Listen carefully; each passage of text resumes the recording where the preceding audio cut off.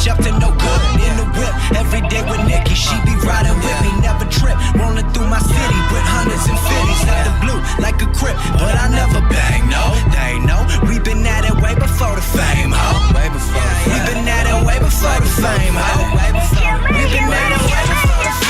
Psych, take a trip, little trip. Life is what you make of it. I've been focused on this music, can't fuck with no basic bitch. Let me switch the flow up a little bit. No, I ain't just trying to hit it, get with this.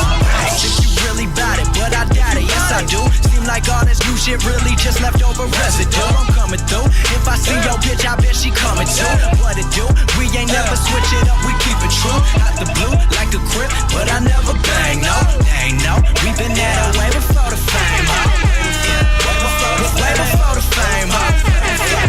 At it way before the fame. Way before that, way before that fame.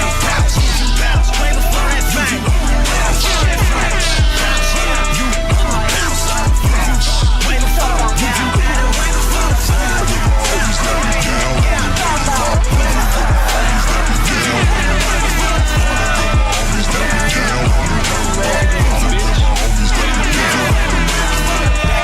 Like I never left, had to take a breath, cause Nicki been fucking with me hardcore.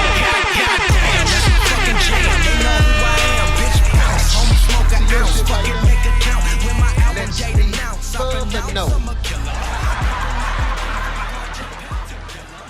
What it is you really do.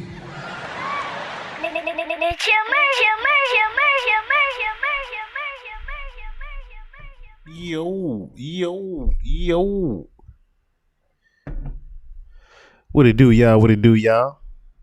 I'm your host with the motherfucking most, Chill motherfucking Murray. You are now tuned in live from the spot. Shout out to everybody tuning in and not tuning in. You know how we doing, how we ride. What's going on, y'all? Happy Tuesday evening. Happy Wednesday morning, I guess, right? It's 11:30 where I'm at. But what's going on, y'all? Hope everybody's doing all right. Hope everybody had a very amazing weekend and week to the end. You know what I mean? It's been a minute since I seen y'all. Been a minute since y'all heard from me. They say the streets been dry. I understand though. Only one jam. What's going on? They say the streets been dry. But this Jay-Z interview that started heating the streets back up. A couple other things is going on, so we're gonna get to all of it. We're gonna try to get to all of it today. But we're gonna start off early. We're not even gonna beat around the bush on this one. Cause I wanna see if YouTube gonna cut me or not. So we ain't gonna hold nobody on this one. You know what I'm saying? We got the interview. Where's my camera? Oh shit. I did not adjust this before I came in here. Anyway, what's good, y'all? Like I said, we ain't gonna waste no time. We ain't gonna waste no motherfucking time. We going straight into it. I hope y'all like the new setup too, by the way. I do need to get some new headphones. I'll be getting it tomorrow. I'm tired of having these flip-flops on my ears. I do need to check something too. I need to see if somebody got muted. And I don't know why. Someone needs to tell me why. My friend is muted. Why my friend is muted. I don't know why. I need to check into my settings. Because I don't know. And I do remember back when there was a couple of mods that was going crazy. It wasn't Medusa. But it was we got a little mod crazy at one point. And the mod had muted somebody that they didn't mean to mute. But anyway. Alright, we're gonna get into this Jay-Z behavior. We're just gonna start it. We getting right into this shit. I ain't holding y'all no more. It's been a long time since you sat down for one of these. Yeah, it's been a minute. What have you been up to? Wow, everything, a lot. Most people go through their things, very privately. You took it on tour. Live every night.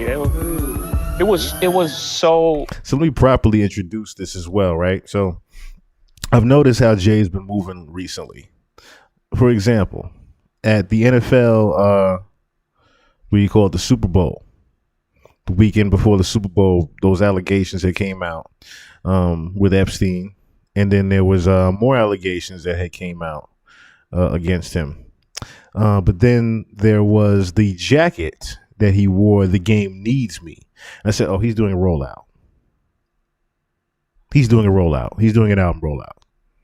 I said, "Do not be surprised if we start seeing Jay doing rollout things from there." And what happens?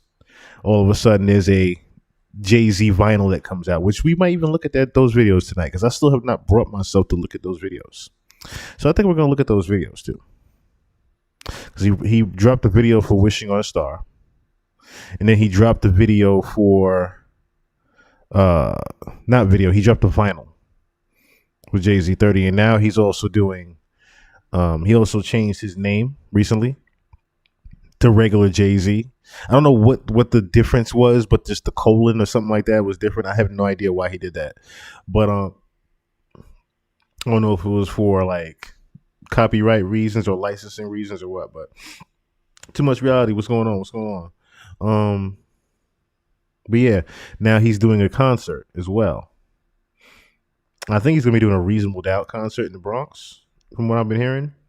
But we're going to look into that as well. Like I said, Jay-Z is definitely doing some type of album rollout.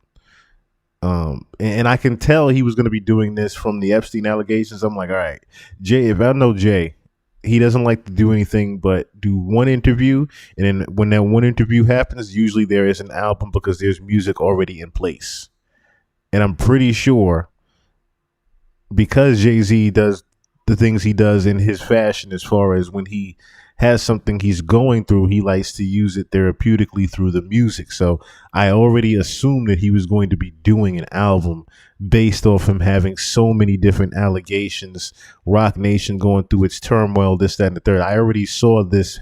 I foresaw this happening over a year ago. He was going to try to do an album to save face, sort of a, what do you call it? A smear campaign against all of the allegations with an album. That's the only way Jay-Z could fight back. Healing. I'm fucking Jay-Z. So he decides to do this GQ interview. 2026 marks the 30th anniversary of Reasonable Doubt Jay-Z album. Respectfully. Word. Like, for what? To what end?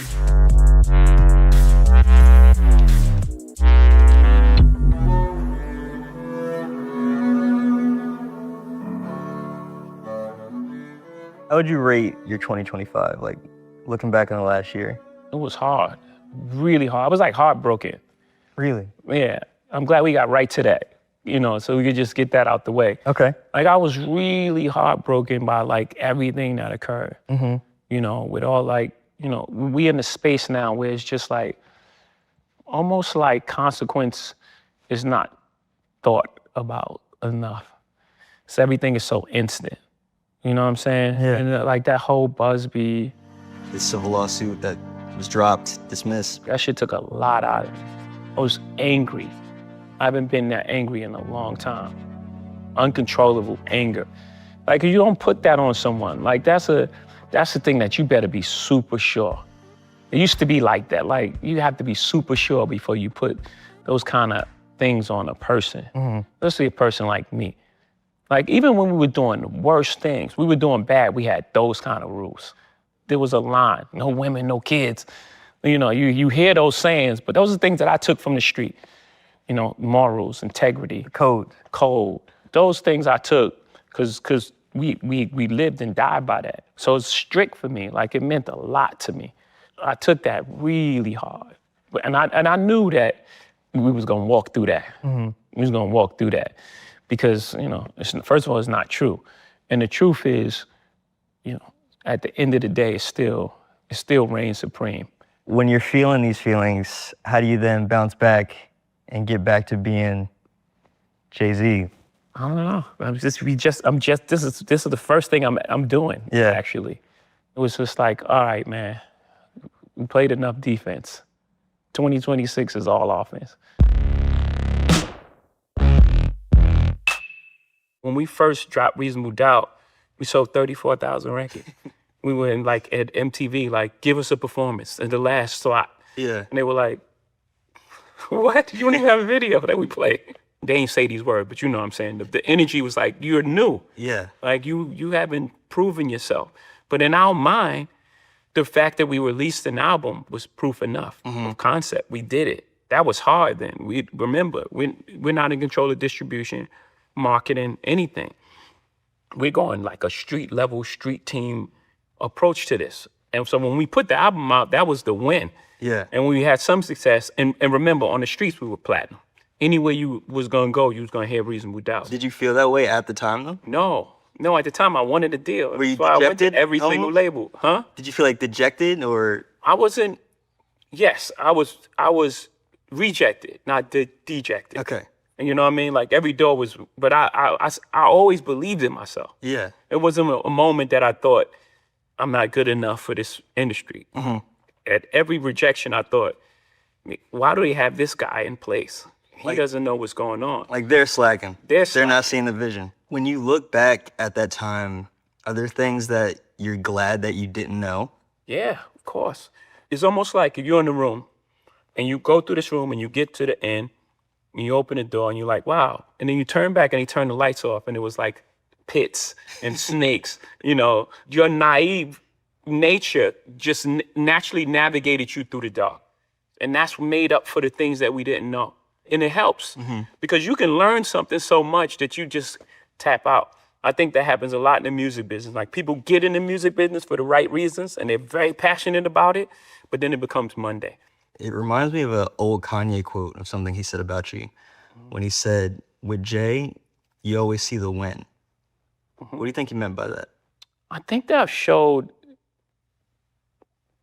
the entire picture from You Must Love Me to Regrets to, you know, Soon You Understand. But the wins are so big that I can see where that can dominate a person's memory. You forget the losses. Yeah. Or the perception. Yeah, or that becomes the perception that it's Right. only wins. And then I do say I will not lose. So Well, I I was could gonna add to the perception as well. I was going to say you also are really good at kind of like, you have a discipline of almost like shrugging off any kind of perception of a loss. Like, Yeah. what's the next go 0 for 82? I'll look at you like it's gravy, like, you know? Yeah, because it's all wins. If I had zero, Now, see, here's the thing, right? And I do get where he's coming from as far as that goes. It's the whole Jordan complex. How people don't necessarily talk about things that we have talked about, like with the his gambling problems, the real reason why he got suspended back in the 90s. Just Jordan's faults. People don't talk about Jordan's actual losses versus his actual wins because they're so big and there's so many of them. Same thing with Michael Jackson. You have to talk about more wins than you do the losses. That's with anybody. If there's way more success than there is failure, you don't necessarily see the failures of that person. Man 90, what's going on? Backhand comments towards Kendrick Lamar battle. All right, we'll get to that. But I'm noticing the aesthetic even of this interview, right?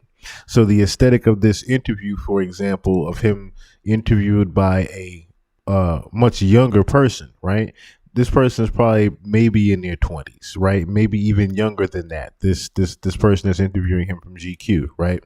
This person doesn't necessarily know what a 30 or even 40 or 50-year-old might know about Jay-Z in his past to even ask certain questions right now. So I did notice that there was a certain look purposely done for this here. But it's, like I said, for that particular reason, an older person wouldn't be able to look at Jay-Z with even a blink of an eye of judgment as far as this goes.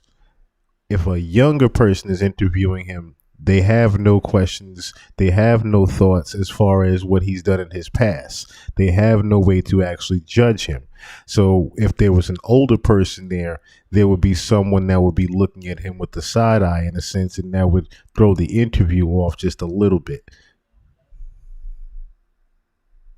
0.1 of the nets, I won. Or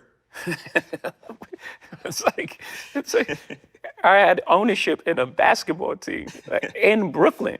is that something you continue to apply? Like Yeah. when, God forbid something goes wrong, Yeah. don't freak out. We can. It's not even God forbid when something goes wrong. When something goes wrong, everything in life happens for your greatest good. Everything. I had to not get a deal in order to become who I am today. It didn't feel like the greatest blessing of all. It was the greatest blessing that I didn't get a deal, right? So again, everything in your life, it's not happening to you, it's happening for you. When you Don't skip over that. Yeah. It's not happening to you, it's happening for you. So You just got to know the distinction. See what I mean? Even little things like that.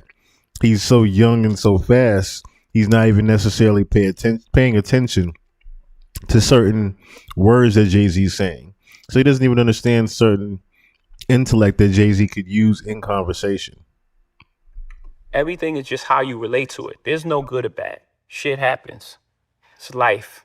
When did you reach that acceptance of that concept, though? I read a lot of books earlier, Seed of the Soul, Celestine Prophecies, and, all these different books. And I was picking up all these gems and jewels on the way. But I was also 26 when I came in, and I lived a lot of life in those 26 years. Marcy to Trenton, New Jersey, to Cambridge, Maryland, to Newport News, Virginia.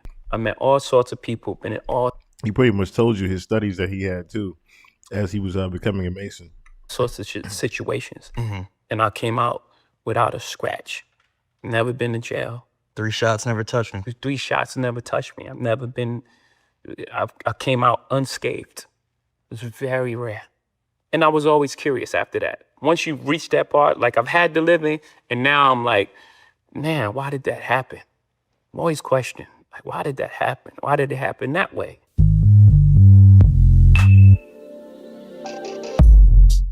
I want to ask you just a little bit about a written testimony specifically, just because that was the most recent release. I think it came out like right before the pandemic started. So Yeah, you guys like didn't the talk day. about that much. The day. Yeah. My favorite verse is off that just jumbled track. I love that track. It's so noisy and just so unorthodox. Flux capacitor. You know what's funny about that? So I don't know if you remember this. You and I were emailing about that. Because I wrote about that album, and I said, this verse is crazy even if it's offbeat. Yeah. And you said that being offbeat was the point, champ. And I was like, well, what can I say to that? Yeah, sometimes you need to sit in the pocket. 'Cause my pocket is always, it's like with a foot over the thing anyway. It's always hanging to the last moment. And it's like, because sometimes I try to fit a lot of words into like a small space. Then that last word just like get in the door. Sticking with a written testimony, you have a couple of verses on there that I really like because they kind of speak to what's going on with you in a broader sense in the culture, like on Universal Soldier, I think it is, when you said that you don't keep the same energy for the DuPonts and the Carnegies. Yeah. So I wanted you to talk a little bit about this idea of like you said earlier, like the things that you do for the culture, the ways that you put on, the ways that you try to protect and move forward, but kind of the pushback that you get sometimes about like people throw capitalists at you in a derogatory sense. Yeah, I think in that verse specifically, the only thing I heard coming up was the American dream until we started being successful. And it was like, wait a minute, you're selling out because you're making money. That was the first thing that was put on musicians. People had this allure for the struggling artist. That's a mind game, what we would call back in the day for tricknology. It was like, no, I'm not going for that. Like, no, I make art first. And then... Yes, man, 90. Thank you for pointing that out also. The duality he was showing with the light and the darkness. Thank you for pointing that out also. Good eye there, good eye there. The lightness and the darkness and the duality. As I was like, wait a minute, he did this interview 2 different days, but why did he do that? And I noticed there was the light background and now he's in complete darkness with a completely different look also. So he had more of the business look in the first interview, but this one he has more of the downgraded hood version of Jay-Z, more of his evil Kermit side, if you will. I make sure that I'm compensated for my art. I didn't take advantage. I didn't get here by taking advantage of people. I didn't take no one. That's not my reputation. That's not what I do. I didn't get here by taking advantage of people or taking advantage of, the loopholes in the system or some wrinkle in like a capitalist structure. That structure exists. That's subjective. You know, and I just see the world for what it is, not for what I want it to be. I'm a realist, not an ideal. It's not idealistic. People speak about the world how they want to see it. You're never gonna win like that.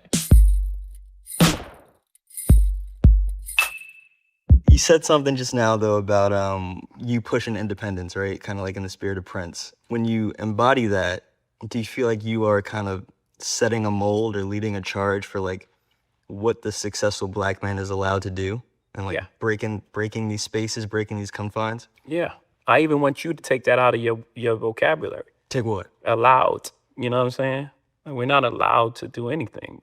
You know, in order for someone to allow you, they have to have authority over you. Mm-hmm. No one has authority over us. Do what thou wilt. You see how he threw that in there? He quickly threw that do what thou wilt in there. I'm going to show you what I'm talking about. So people had pointed out years ago his do what thou wilt Aleister Crowley hoodie that he had on. I'm going to show you right here. Do what thou wilt hoodie. Aleister Crowley.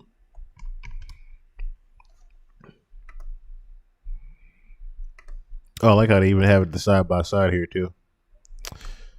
They have the side by side here for you.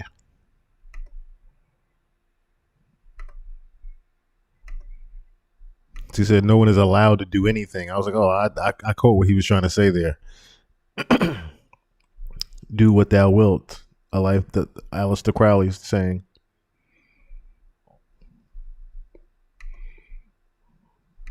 Let me take that up too. So you can get the full meaning of what that is. No, I don't want the hoodie. Do what thou wilt shall be the whole of the law is the central tenet of Thelma, a philosophy established by Aleister Crowley in 1904. It signifies following's one true will, a divine authentic purpose. Rather than the reckless indulgence promoting harmony with the cosmos, the full phrases do what thou wilt shall be the whole of the law. Love is the law, love under will. This little history lesson on where that saying actually came from and what he was actually referring to there. So, like I said, he was trying to say that once you take allowed out of your vocabulary, because that would mean someone has authority over you, but do what thou wilt, you pretty much don't have anyone that's over you already. You're doing what you want to do already. We exist like everyone else here. You do based upon your will of anything. things. But that word comes from a real space. And I want to eliminate all those type of words for us. Yeah. Yes. So the answer to that is yes. When you're on a mission to eliminate words like allow, like you said, do you feel like that makes you a target sometimes from? Oh yeah, for sure, 100%. What's the Nipsey thing? Pray for me, y'all. One day I'm gonna have to pay for these thoughts. Real niggas is extinct. It ain't safe for me, my dog. These are real fucking lyrics. You've come back to that a lot in the last few years. Like Yeah. the more I reveal me, the more they will kill me. Stuff like that. When you say they, like who is that? Whatever the threat to, however the system is set up to keep things at status quo and keep us in a position of using words like allow. So anyone that's culpable in creating the system that we operate under, that's they. Yeah. That's they. And it actually goes beyond color. Yeah. Because I've encountered that a lot. Where it was just like, okay, this successful black man make it. Let me go to him. Yeah. And for help. And they're like, you don't fuck with no rap shit. Oh wow. Not like out like that, but Yeah, you know what I'm that's the saying? energy. Like the energy. It's like you see the energy. Yeah. You know? I was thinking about how you described last year as being angry and for the first time in a while. I wondered what it felt like to. Now, as he's saying that, right? Just to rewind just a little bit. He pretty much was see, Jay knows exactly who's after him. He knows already who's trying to move him over. He knows exactly what's happening behind the scenes with this whole him being in the Epstein allegations and this, that, and the third. People, I'm pretty sure Jay-Z knows people were on to him as far as what happened with the Black Godfather and the replacement of. I'm pretty sure people started to see. This is where, like I said, the mafia starts to say, all right, we got to restore order in things. You know what I mean? When a certain hit goes down that wasn't authorized, and when they start getting wind of what that hit was, they say, okay, whoa. Who actually did that hit? Oh, it was them? All right, we got to start making moves on these two. You know what two I'm talking about, because one's behind bars right now and the other one's doing the interview. But these same two niggas was looking around trying to figure out if anybody was listening in on them when they was doing that toast back in 2020 at the brunch. And then all of a sudden, a certain somebody passed not too long after that. And then all of a sudden, these two started moving around real cocky. They said, oh, wait, we done put 2 and 2 together. You done knocked out a middleman somewhere. Oh, okay. Time to shut you two down for a little bit. And to warn one, we gonna put the other one behind bars. You want to keep being loud out here? We can have your replacement. You see how 50 moving around right now? $100 million man again, huh? That ain't by accident with 50. That's his payment for what he done did, as far as moving people over, or help moving people over, I should say. Because it's no different than how they used Kendrick to move over Drake. It's no different. They use someone of the culture to move someone out of the culture.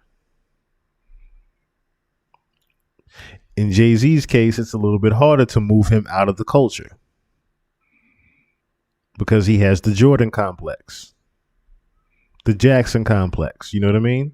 He has a little bit of a higher stature than the other one as far as in the culture goes in likability and popularity. So it's a little bit harder to move that statue. But it doesn't mean it can't be moved at all, because right now it is definitely budged. Be pulled back into that feeling, and how you pulled yourself out, or how you leaned on the people around you. Yeah. I've been saying to pull you Yeah, I out. needed the people around me more than ever. Mm-hmm. Because usually when I have that feeling, I would just make music and just be therapeutic. I'll be able to, I'll blow it out. Yeah. And I would be like, I'll move on. I had to sit in that for a long time. And luckily I had that. And right, again, I built this this circle that's really safe for me, of people that really love me, not using me, and really care for my best interests. So I was able to have that in the time, the most crucial time for me. Yeah. Especially people that were close to me, and I'll explain. So when those type of things happen, people run. They don't care what happened. They don't care. It's like, save yourself. Yeah. So I have partners. I've had big deals with, I called my guy from LVMH, hey man, this is coming, and I can't get rid of it. I can't take a settlement. Yeah. It ain't in my DNA. First I had to tell my wife, let's just back up. Yeah. It ain't even in me. I couldn't, I know what this is the weight that this is gonna bring on our family. Mm-hmm. I can't do it. The makeup, I would die. It would have been cheaper, yes. Cheaper, quicker, move on with your life. It was like a testament, because people know me. I know who you are, and that's impossible. And not only we standing by you, but what do you need? Yeah. What did you kind of do to come back from that personally or emotionally, I guess? I'm still working with that. That's a great question. I'm still dealing with that. What was it like watching Blue come into her own even more? I hate when he does that too. Grab some merch. What's going on? I kind of hate when Jay-Z does that. When he's like, oh, I'm still dealing with that. How he had to put his hand behind his head. and scratch his back of his neck. I'm still dealing with that. That means he has something up his sleeve to deal with that later on. That's what he was really signaling just now. On this most recent tour. That was amazing. Because on the first tour, there was a lot of conversation around her first performance. Mm-hmm. And she worked really hard to get to that point, but she still wasn't going for it. She still was like going through the motions. And then after that, she just started going for it. Like she started fighting back. I saw her fight maybe for the first time in her life, like fighting back. Mm-hmm. Like not everything is just given to her and everything is easy. She had to fight for that and she fought for it. Then to see her do the amount of work, she's almost on every number. Yeah. I had to take her off physically or something. I'm like, man, you can't be on that stage where she's singing, 6-inch heels, you crazy? That's never gonna happen. It was like that. It was like a fight. Sure. She wanted to dance every single number. And that's a lot of Now, you caught what he just said right here, right? I'm gonna bring it back a little bit. happen. Take her off physically or something. I'm like, man, you can't be on. I had to take her off physically on some of those. Like, pretty much, he's letting you know that he's had a big hand in the control of a lot of the shows that Beyonce has done as well. Malcolm, what's going on? He's playing up his accent. Mm-hmm. I've noticed that he's been subliminally telling people what he's been doing behind the scenes as well with some of the things that he's actually saying now. It's crazy. I just noticed the sneakers that he even has on too, the black and white stripes. So he's definitely showing people the duality, even in the art that he has in the background too. That stage where she's singing, 6-inch heels, you crazy? That's never gonna happen. It was like that. It was like a fight. Sure. She wanted to dance every single number. And that's a lot of, choreography to remember. Mm-hmm. She was 13 at the time. That's a lot. And she was nailing it. She was going crazy. That's what's up. Yeah. Like Blue is a crazy pianist. Oh, But she won't let us get her like a teacher. She don't want to be mentored in that way because she wants it to feel just like fun. She don't want it to be a job. Mm-hmm. But when she has a perfect pitch, mm-hmm. anything. If she hears a song, she'll be like, play it again, and then she'll play it. Oh, wow. Like she'll teach herself. She'll find the notes and then she's off playing it. That's just talent. Because we tell her like, that's not normal, right? And she's just like, no, I just want to play. I enjoy playing. Let me just play. So she doesn't work at that. She worked at this, and it makes me proud that she fought for something that she really wanted to do. Thank you. I greatly appreciate that. Get off that stage now. I don't know. You pop out like when you want to. Thank you. I greatly appreciate that.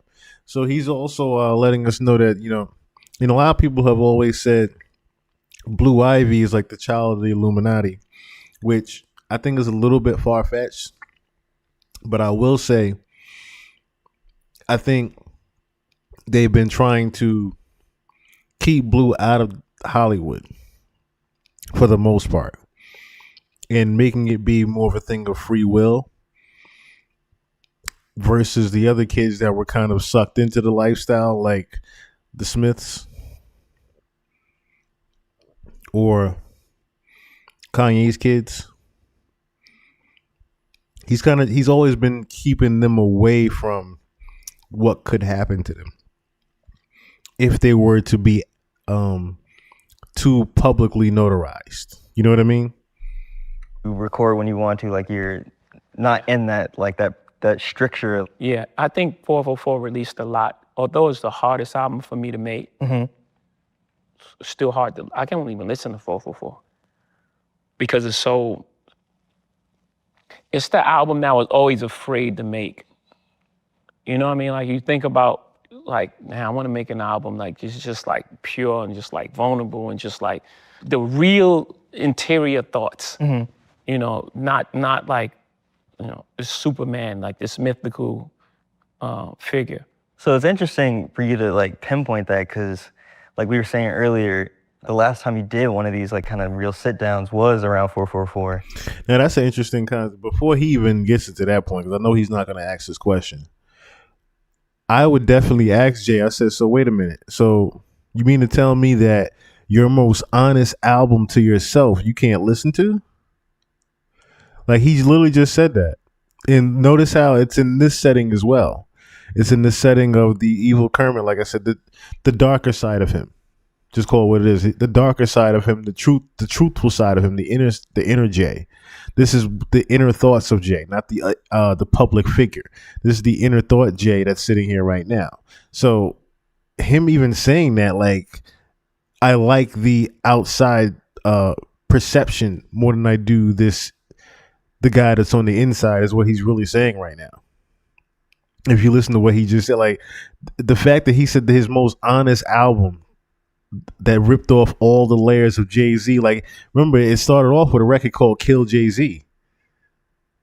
Like, he was pretty much just killing his whole persona, just like, I'm removing every layer of what you guys see as the image of Jay-Z. I'm removing all those layers and giving you the person.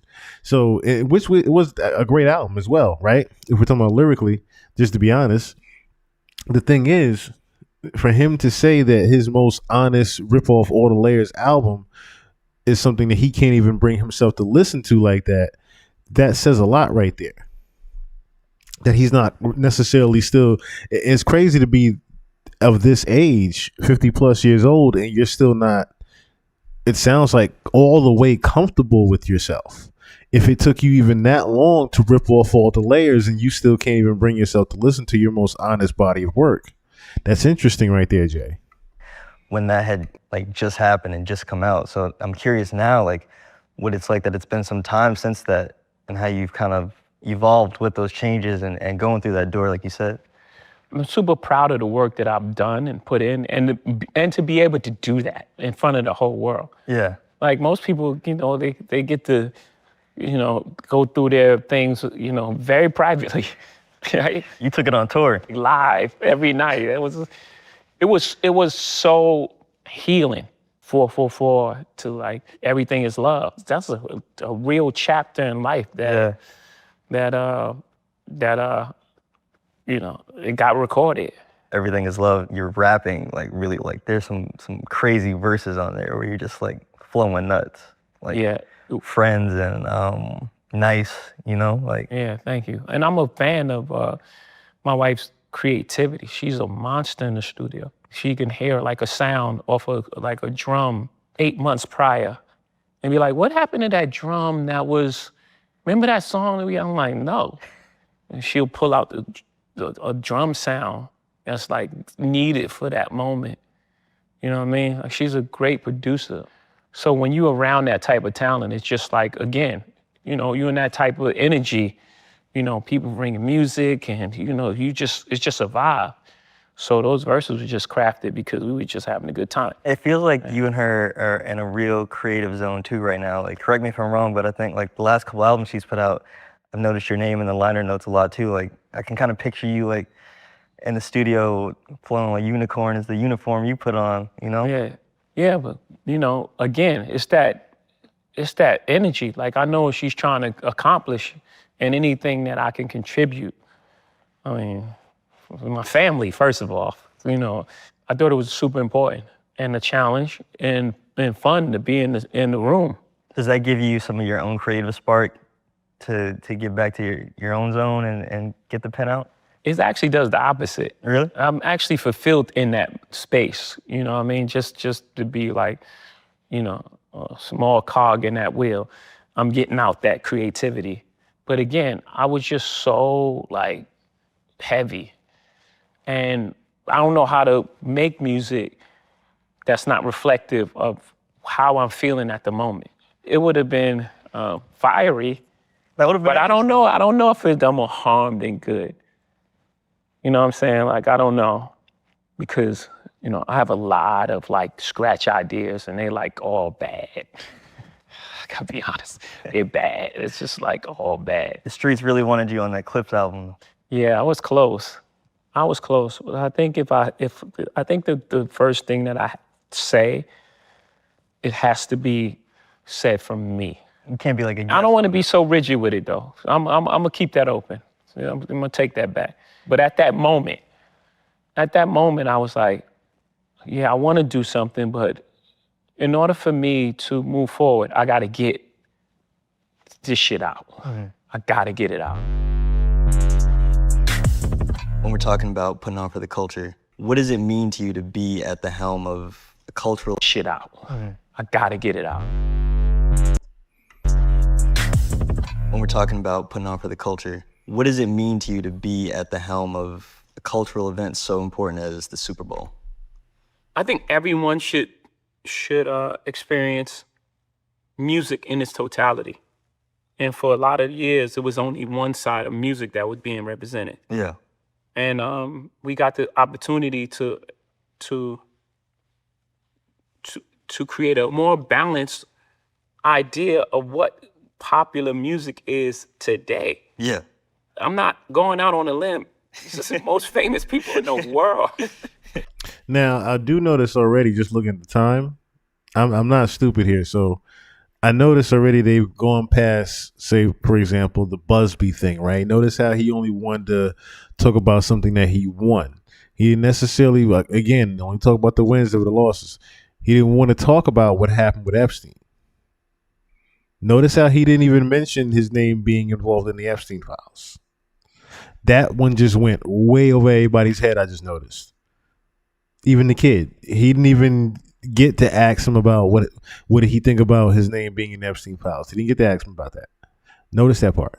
He didn't get to ask about the Harvey Weinstein thing. None of that. All of that got skipped with just the Busby thing. Every last bit of it. Jay-Z had way more allegations than just the Tony Busby thing. Statistically supported. It's like, I'm not like, I didn't pick like the indie artist that I really like from Portland. The #1 streamed artist in the world. Him. It's crazy that I think last year was still like the first solo rap act, which is crazy to say that last year was that. Was that a hard one to get across the board? Not without conversations that was like dated. Yeah. You know what I mean?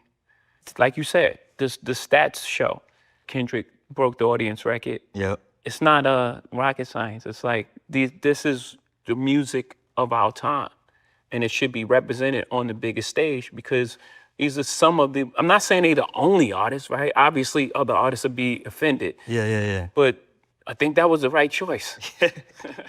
As a rapper, first and foremost, and being one of the pillars of contemporary rap, I would have to. Okay. So he did sidestep it. He sidestepped it. That wasn't okay. So I wouldn't say that was.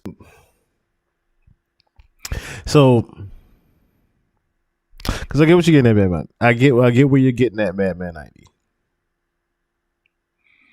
Yes, he did diss him.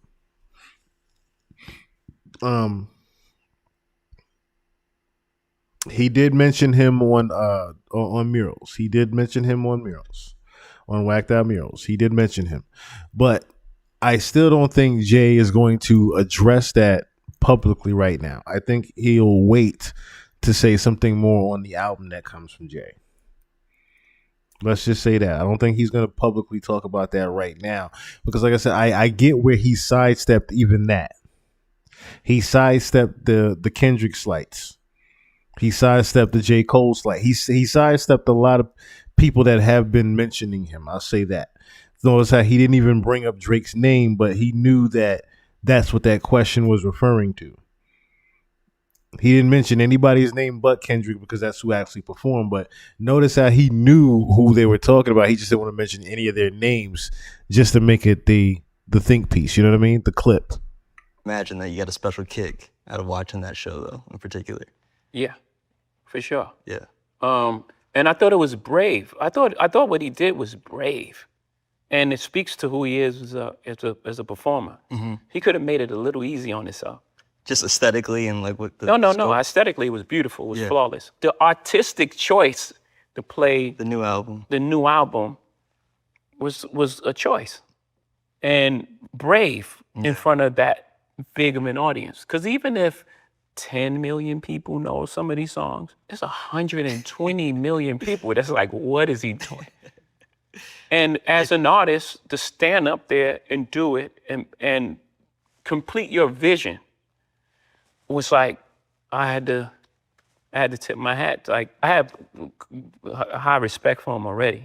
But like, even more, my respect was like, he's really about what he say he's about. Yeah. Yeah. I have to ask you this only as a participant in. You don't have to give a disclaimer first. Well, I'm just saying, as someone who was part of probably the genre's biggest rap beef, Well, until now. as a spectator, Yeah. what did you think of the 2024 back and forth between him and Drake? I'm gonna have an answer you're not gonna like. Okay. Well, I don't know if you're gonna like it. That's presumptuous. I think that, look, there was 4 pillars of hip hop. There are 4 pillars of hip hop, right? Yep. There's breakdancing, Yep. and it's graffiti. Yep. There's DJing and battling. Yep. Breakdance is not at the forefront of rap anymore. It's actually an Olympics sport. So that's dead.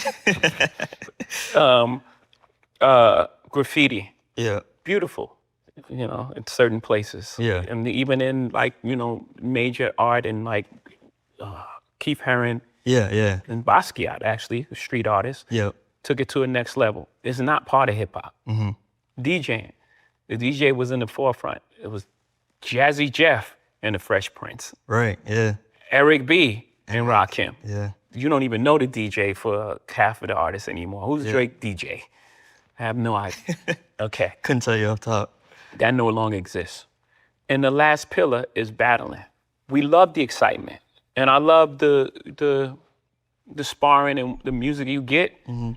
But in That was cold. That was a cold slight. I didn't think he was going to do that, but he did do a cold slight to Drake, who's Drake's DJ. You'll have no idea. That was a cold one. this day and age, it's so much negative stuff that comes with it that you almost wish it didn't happen. Really? Yeah, because it's almost like it's a final thing. Now people that like Kendrick hate Drake, Yeah. no matter what he makes, no matter what he says, and it goes far too. It's like attack on his character and his thing and it's like, I don't know if I love that. Yeah. Yeah. I don't know if it's helpful to our growth. Where the fallout lands, especially on on social media, which takes place every day. Yeah. And now you have these pods of cult. The Stan armies fighting. Yeah, and it's like, it's too far. Yeah. It's like bringing kids in it. Yeah. And it's like, I don't like that. Maybe I've grown in a space that is probably, I sound like the old guy wagging the finger. But I think we can achieve the same thing as far as like sparring with music, with collaborations more so than breaking the whole thing apart. Yeah. It could stand it before because there was no social media and there was no thing, and you had the battle and it was fun and then you moved on. Right. Right now, I don't know if it could stand it with the technology that we have. Because it takes up so much oxygen. It takes up so much oxygen. Yeah. And now it's just like every day they're just trying Like they're to still talking about it. It's not just talking about it. Not like, yo, this song I like this. Yeah. No, it's like trying to tear down the people's life. Yeah. Yeah. It's like trying to, wreck this guy's marriage or this guy's relationship with his child. And it's like, I don't know, man. I don't know if it's worth it at this point. Yeah. I don't know. That's interesting. Again, I love the idea that we got so much music in such a short period of time. Great music. Just everything around it was just like, man, it's like taking us. I wouldn't say demonizing Kendrick as much as he kind of only talked about, well, not even kind of, he really only talked about what happened to Kendrick from his side. So I've noticed not the back and forth, but I've noticed the slights that Jay has always thrown at Drake over the years. And I wonder if that very last verse that he's done on Certified Lover Boy for Drake, was that an actual shot at Drake on that album? Because I always wondered who he was talking to, but I never thought about the fact that that was the last verse that he ever did with Drake. And then the beef with Kendrick happened following that album. It just dawned on me that that was the last verse that Drake, or should I say that Jay-Z ever did for Drake, was on Certified Lover Boy. And it was a very angry Jay-Z verse. A very angry Jay-Z verse, as if he was saying that someone had violated something in the family and he didn't like it. it really did seem like that verse, like I said, was trying to air someone out, but I couldn't figure out who it was. But like I said, now that I'm thinking about it, that was the last time that Jay even worked with Drake. And then, like I said, shortly after that, the crumbling of Drake would start to happen, and then he would have the beef with Kendrick. Everybody started to go at Drake. Rick Ross was getting mad at him holding back French Montana's album. People started to get wind of the power that he had and some of the snake things that he had done. Okay, now it makes a lot more sense. Now that I'm thinking, okay, let me come on camera for this one, because this is where it gets deep. Now, I got a hunch on this one.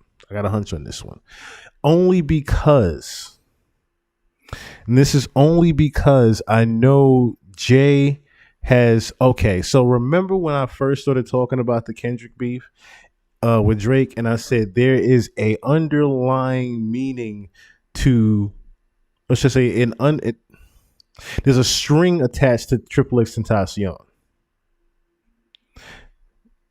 Jay had a lot of love and respect for Triple X Tentacion. I guarantee you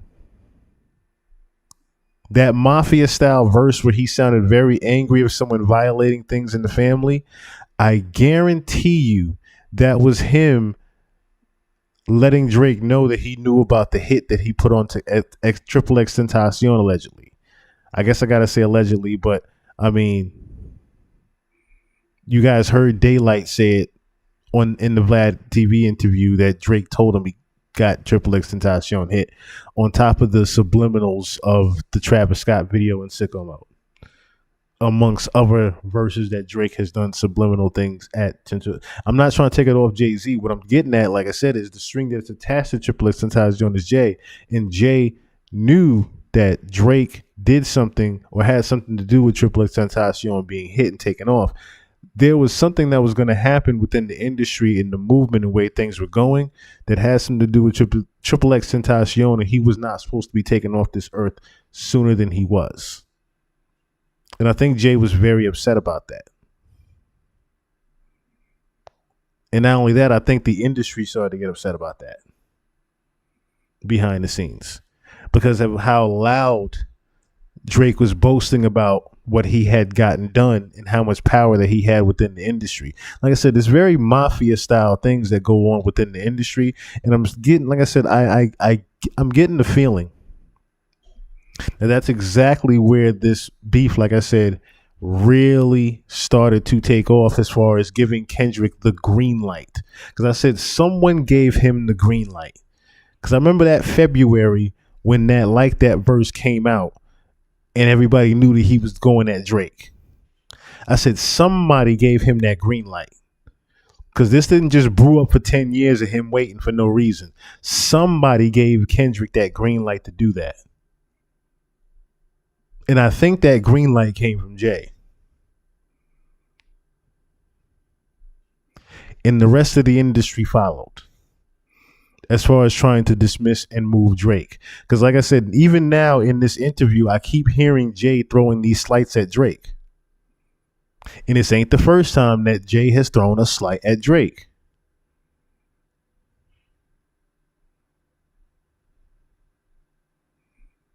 What was the line that he used about Scorpion bricks way before Scorpion bricks way before Aubrey double disc? That was the line. Notice how he even referenced the Nipsey Hussle record. In the first line that he said in that Nipsey Hussle tribute was Scorpion bricks way before Aubrey's double disc. He was talking about the Scorpion album that had failed. He was talking about Drake's Scorpion album that he failed. Scorpion bricks way before Aubrey's double disc. I was like, oh, because that's a recent record. That's after Certified Lover Boy when he did that verse. So I'm like, I guarantee you some way, somehow, Jay is behind the green light with Dr. Dre and what's the CEO name? The fuck is the CEO? Why I can't think of his damn name now. The CEO of Universal. You know what I'm talking about, but I can't remember the damn name now. I'll just Google the name. Fuck it. I don't know why it's slipping my damn name now. I don't know why it's slipping my damn name now. Lucien Grange. Dre, Lucien, and Jay, I guarantee you, put that green light on Drake. I guarantee you, Lucy put that green light on Drake. Jay, Lucy, and Dre put that green light on Drake. I guarantee you. Because even like I said now in this interview, as many slights that he has thrown at Drake, you can't even think of Drake's DJ, can you?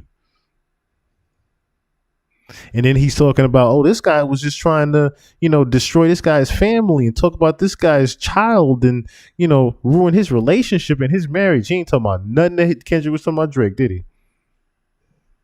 Chum, come down. What's going on? He didn't talk about nothing that Drake was talking about to Kendrick. He only talked about what Drake talked about to Kendrick. He didn't mention one diss, one single diss that was at Drake because of the slights that he's been throwing at him. Like I said, I guarantee you Jay, Lucien, and Dre are the ones that sent that green light at Drake to dismiss him from the industry. I see the play. I see the play. A couple steps back. Yeah. And we just grown so much that I don't know if, I guess I'm gonna say it, I don't know if battling needs to be part of the culture anymore. Interesting. I hate that I have this point of view. I do, because I know what it sounds like. I know what it feels like. I hate it. It's just how I feel about it. Well, it even kind of extended to you, right? Because people made it a personal thing that you chose Kendrick for the Super Bowl. It's like, oh man, he's choosing the side and he's he's not. Like I don't have, what do I have to do with that? I chose the guy that was having a monster year.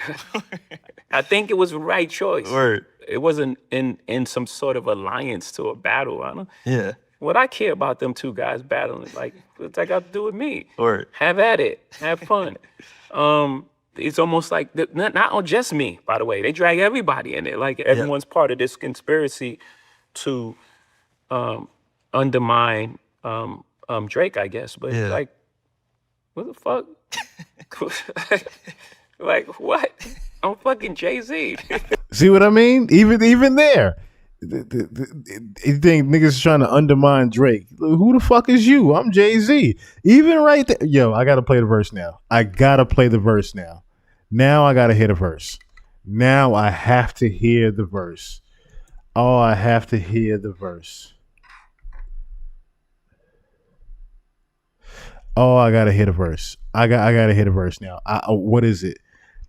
Because the record was even called Love All. Oh, I gotta hear this record now. Because I guarantee you I'm gonna hear something. I guarantee you I'm gonna catch something now. I guarantee you I'm gonna catch something. This is the last time they worked together.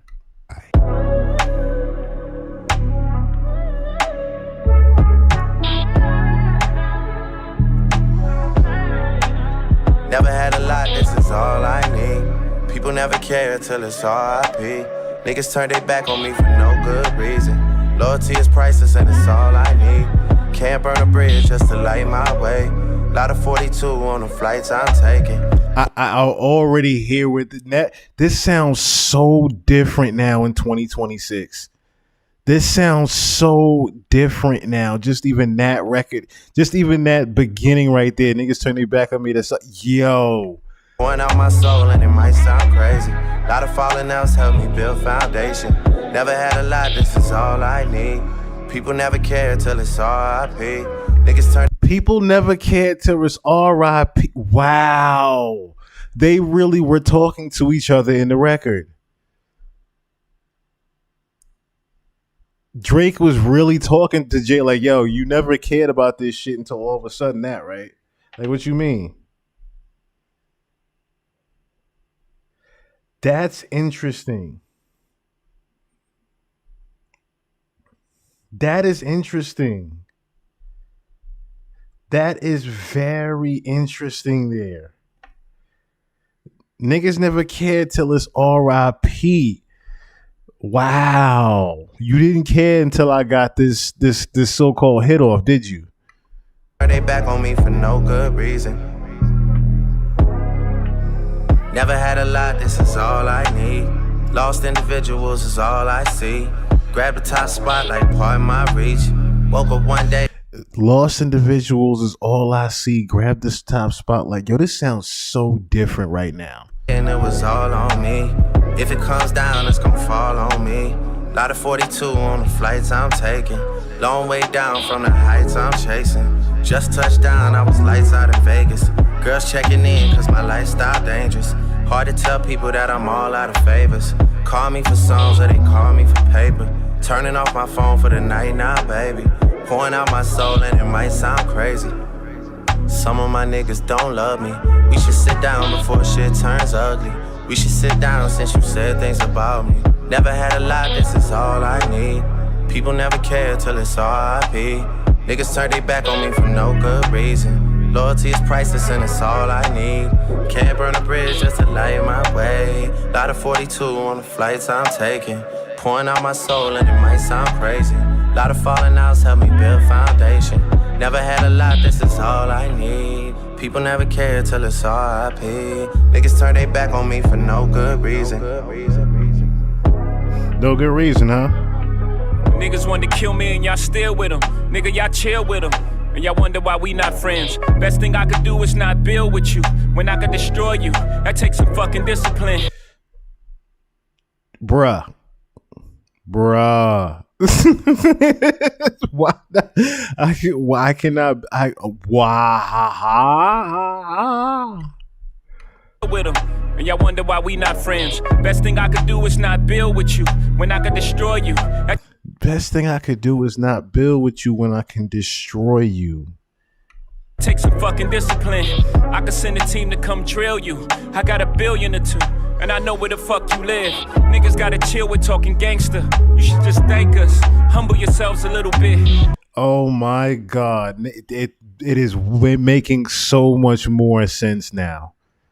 This record is making so much more sense now that they were talking to each other, because a lot of people were saying that this album was Drake's most arrogant album, right? Especially with him having the pregnant women on the record. This was pretty much saying that everybody was his sons.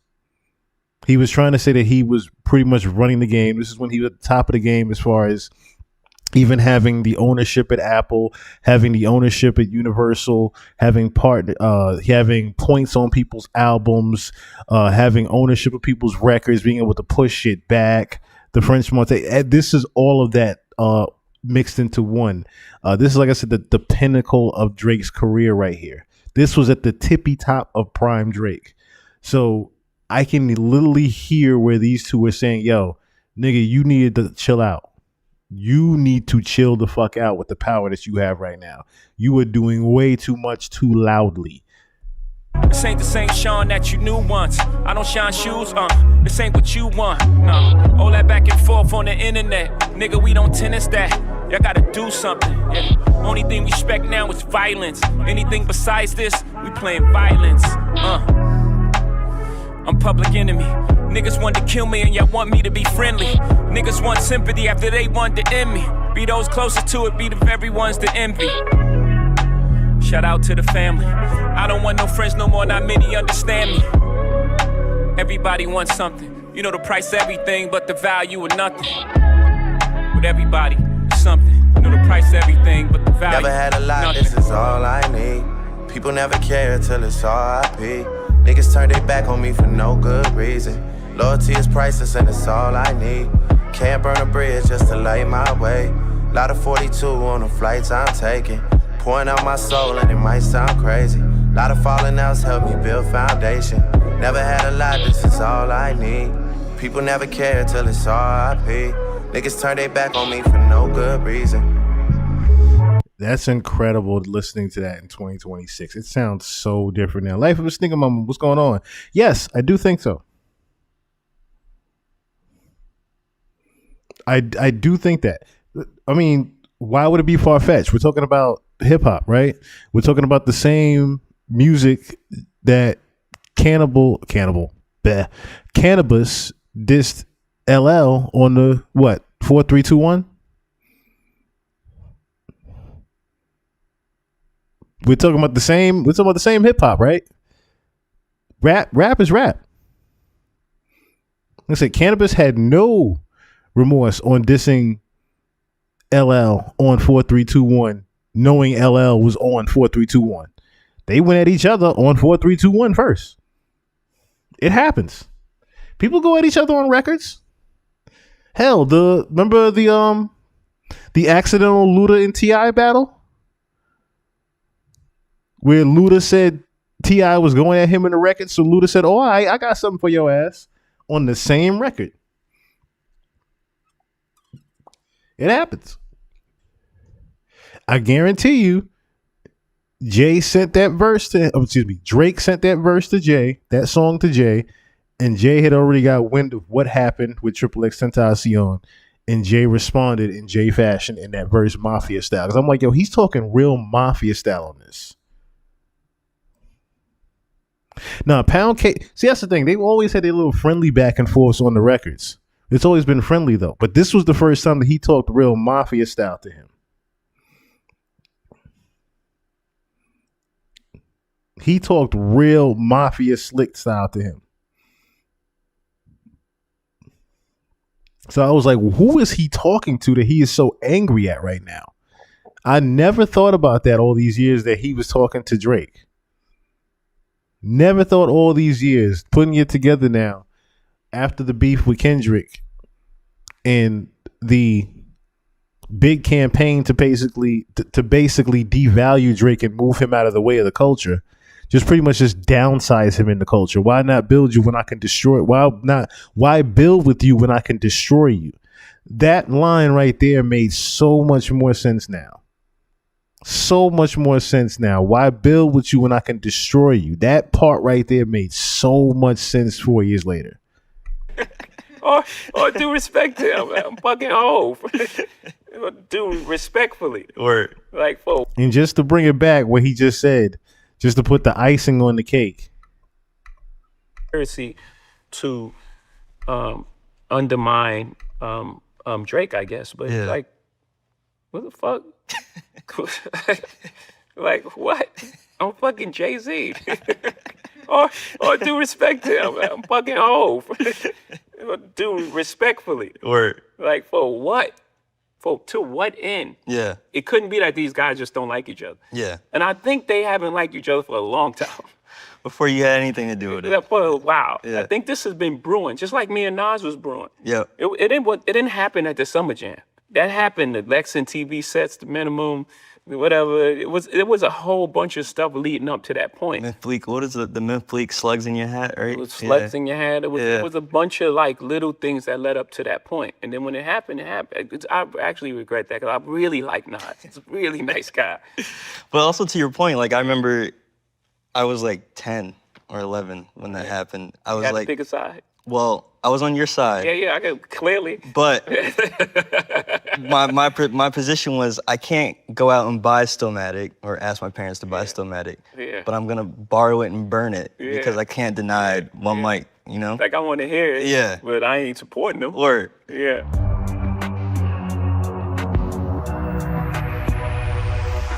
So it's almost kind of like fostering the same independence that you carry versus like right back to the just beginning. being like you're signed to me. Yeah. Yeah. And we're gonna curate your career in this sort of way. Yeah. You know.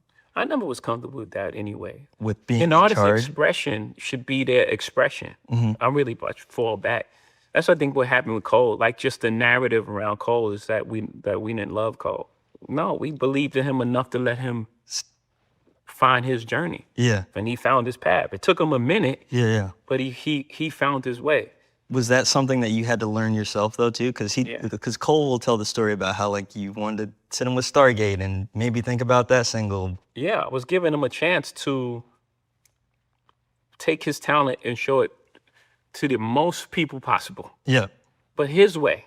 I didn't force her. I didn't say, here's this record from Stargate, and you putting it out. Like I forced Bleak to make Men Bleak. It's like, no.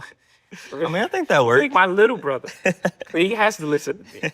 You know what I mean? Word. But like for J. Cole, he has to find his own direction. And I'm going to give him the tools. Yeah. I mean, we made big records with Stargate. They made humongous records on Rihanna and blah, blah, blah. And even, I think they made the Wiz Khalifa Black and Yellow. Yep. Yeah. Biggest songs in the world. Yeah. You don't want to go sit with fine. All right. So I'm going to present that, but I'm not going to make them do it. Yeah. What is your relationship with Cole like these days? Obviously, there's things behind the scenes with, like audits and shit like that gets complicated. Yeah. But I think given a chance to prove that you're above board is an opportunity. Word. So I don't have any negative feelings for him. I'm actually super proud of him and what he's done. It sounds like you're still, like, when you came in, we were talking about the mixtape, like you're still like. Did you hear that? Did you catch that? So yeah, he's super proud of him, but it wasn't like I'm super proud of what he's done. I'm saying he's the millions of records and blah, blah, blah, blah. He didn't go down the long list of shit. Like he didn't give him the real accolades compared to what, as far as a kid that he signed years ago and where J. Cole has come to now. He didn't give him those flowers at all. Because quickly he said, obviously there's some shit behind the scenes. Notice how he was quick to say that. Because I pointed out before on that Port Antonio record, I said he is throwing shots at Jay. He is throwing direct bullets at Jay. Well, not even direct. He was throwing them indirect bullets at Jay. He was throwing strays at Jay. Bullets was flying by Jay head on that Port Antonio record. Like, nigga, I know what you've done. I know what you've done. That's why I'm calling this record what I'm calling it, because you know where this is. You know where this is. You know where Rihanna came from. It's not a the culture knows. Even Kendrick putting the Barbados. Someone had pointed out the Barbados and on the trafficking what do you call it? The trafficking storages. Somebody had pointed out the Barbados sign on there. I was like, oh. So people know, like I said, what happened with Rihanna. People definitely know. What, the Port Antonio record? So, let me see if I can find that real quick. Yeah, J. Cole, Port Antonio. I had played this record.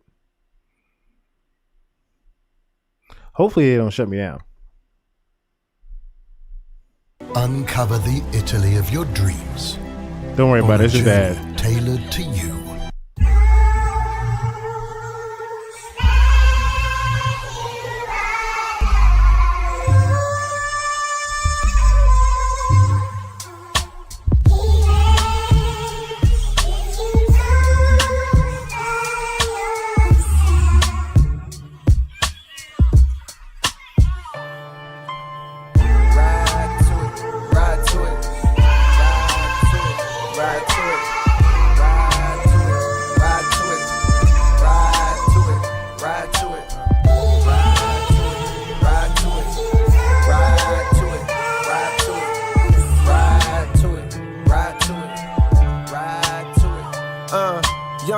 Walked the straight and narrow, minimum wage jobs for the narrow, but still my mind was on the zeros. I fiend for the perks that was seen flipping birds, so we was skipping church, but my eyes was on the sparrows. Niggas flipping pies, spending thousands on a payroll. Shit, I wanna shine too, I want dimes too. Jealous niggas wanna know just how my rhymes blew. Mono y mono, I'm Bono, I'm you times two. Now I'm bougie, I done outgrew the fountain blue, but never forgot the spot where I developed my plot. To dwell at the top, the veil wall. It was so many, but I was like, oh wait, Joey, oh wow, wait, Cole, wait. So, not to bring up the entire video we did on this, right? But little things like Fountain Blue, okay? him and Beyonce having their little spat at the Fountain Blue in the Super Bowl party that happened there, and them two separating. I was like, oh my God, he really mentioned the Fountain Blue. he really threw a subliminal at the Fountain Blue. Bono you times two. He threw a direct bullet at Jay with that one. Mono we mono one Bono you times two. And we all know about the relationship that Jay has had with you too. That's why I was like, wait, he really threw a heavy hate. He threw a right hook at Jay. He threw a straight right hook at Jay. That's why even Jay said in this interview, like, yeah, some shit that's behind the scenes.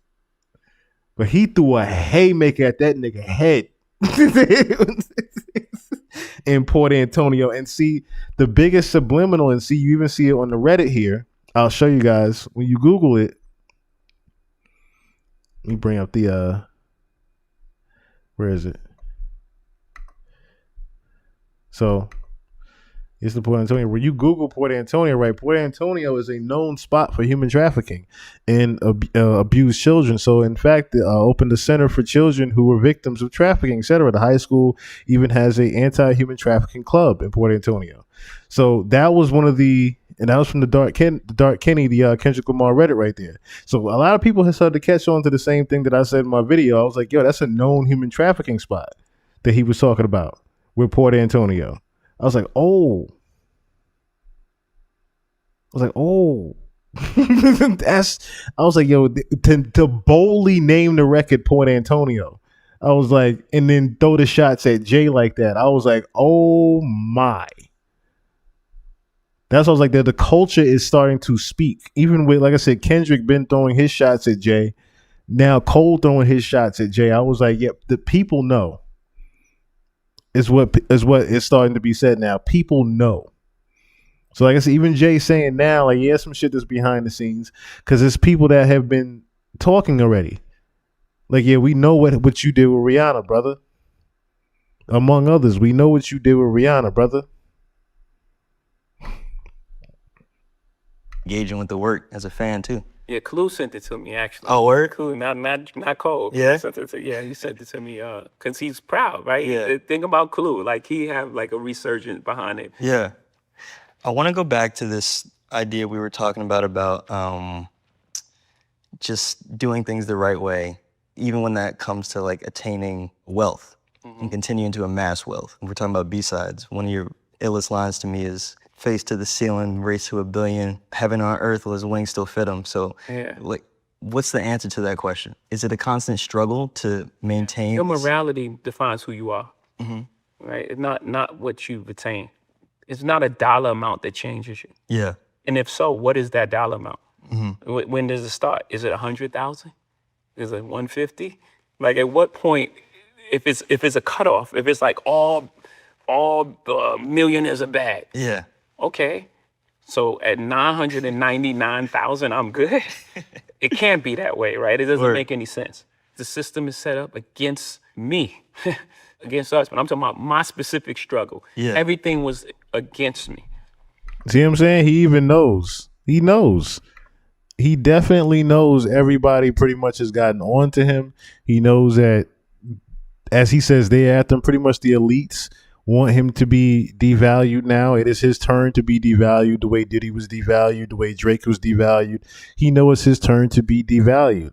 That's what I'm saying. Even with Cole throwing that haymaker at him, you know what that was right there? I meant to say it too. That was one of those, I'm going to walk up to this nigga, punch him dead in his face, and he going to know why, but I ain't going to say why. I'm going to punch this nigga dead in his face and walk away. He going to know why I punched him in his face. That type of shit. That's what that line was. That's what I said. The culture has already spoken and said, we know what you've done, Jay-Z, in the past. We know what you've done. We know what you're actually about. It is up to you to either save face or dismiss yourself and ride off into the sunset. It's up to you to do that now. My talent, not taking advantage of people, not taking advantage of a system, not creating tax loopholes, not just taking from other people. No, my talent pushed against all the headwind. And with that success, I've done things with my reach that I wanted to do that was helpful for a lot of people. Yeah. And with the system that we have, what are you going to do? Because I don't believe in that the idea that someone has a certain amount of money, it defines their personality. So when you have like an example like that versus like the kind of, I would say, commonplace public perception that someone would say all billionaires are bad or no one should have $1 billion. Like, what's the tension in that? I got to give you the honest answer. Please. There's no tension. Yeah. I don't give a fuck what you say. You can believe what you want to believe. Word. You know, and people behave the way they want to behave. You was who you was before you got here. You was who you was before you got here. Yeah. That's the makeup of your person. You're going to believe what you're going to believe, and you're going to behave the way you behave. You're looking at a year that you defined to me as all offense. And, you know, you said that you made scratches, and they sounded kind of like fiery and maybe not anything you wanted to put out. So it made me wonder, like, what are the hallmarks of a great Jay-Z album right now? Like, what are you trying to put out there that you would want to put out there? I don't know yet. I don't know. But I know that we have enough negativity currently. I know that for sure. Yeah. I don't know what I need to create currently that's gonna like fulfill me. Okay. And make me happy. Because that's most important. Yeah. Right? And whatever that feeling is, you know, will vibrate and like, you know, touch people in a way with its honesty. And maybe I'm overthinking it. Maybe I'm stopping myself from just creating. Trying to create something that people like. Yeah. Is where I think a lot of artists get jammed up. Right. You know, overthinking it? Yeah, they just try to make. Or reverse engineer it. Yeah. Yeah, or like, you know, they love the feeling of that white hot feeling of when they was, you know, it felt new. Yeah. And that newness, trying to create that, is where they get jammed up because you don't know slang and you don't think. It's sad. It's like it's cringy. Like, nah, don't do that. Yeah. You know what I mean? Right. Make your type of music. Because you ain't doing what you saying you're doing. I'm not doing the same thing I was doing in '96. So we need to make that any type of music that approaches that would be embarrassing because it's not authentic. You just gotta make something timeless that I really love and that's really honest and true to who I am.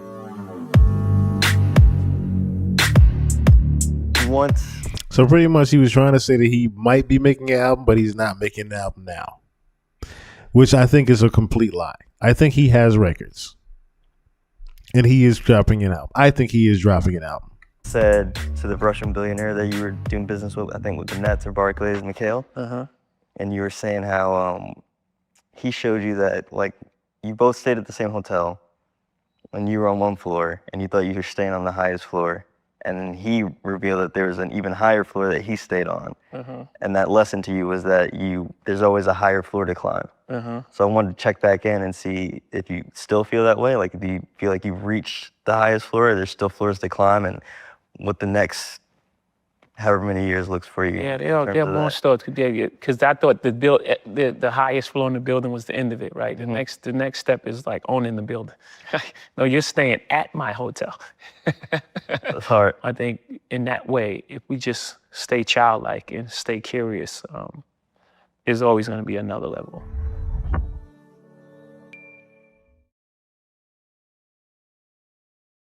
Okay, so that was the full interview there. Never seen Jay so eager to talk. I mean, he's done interviews in the past.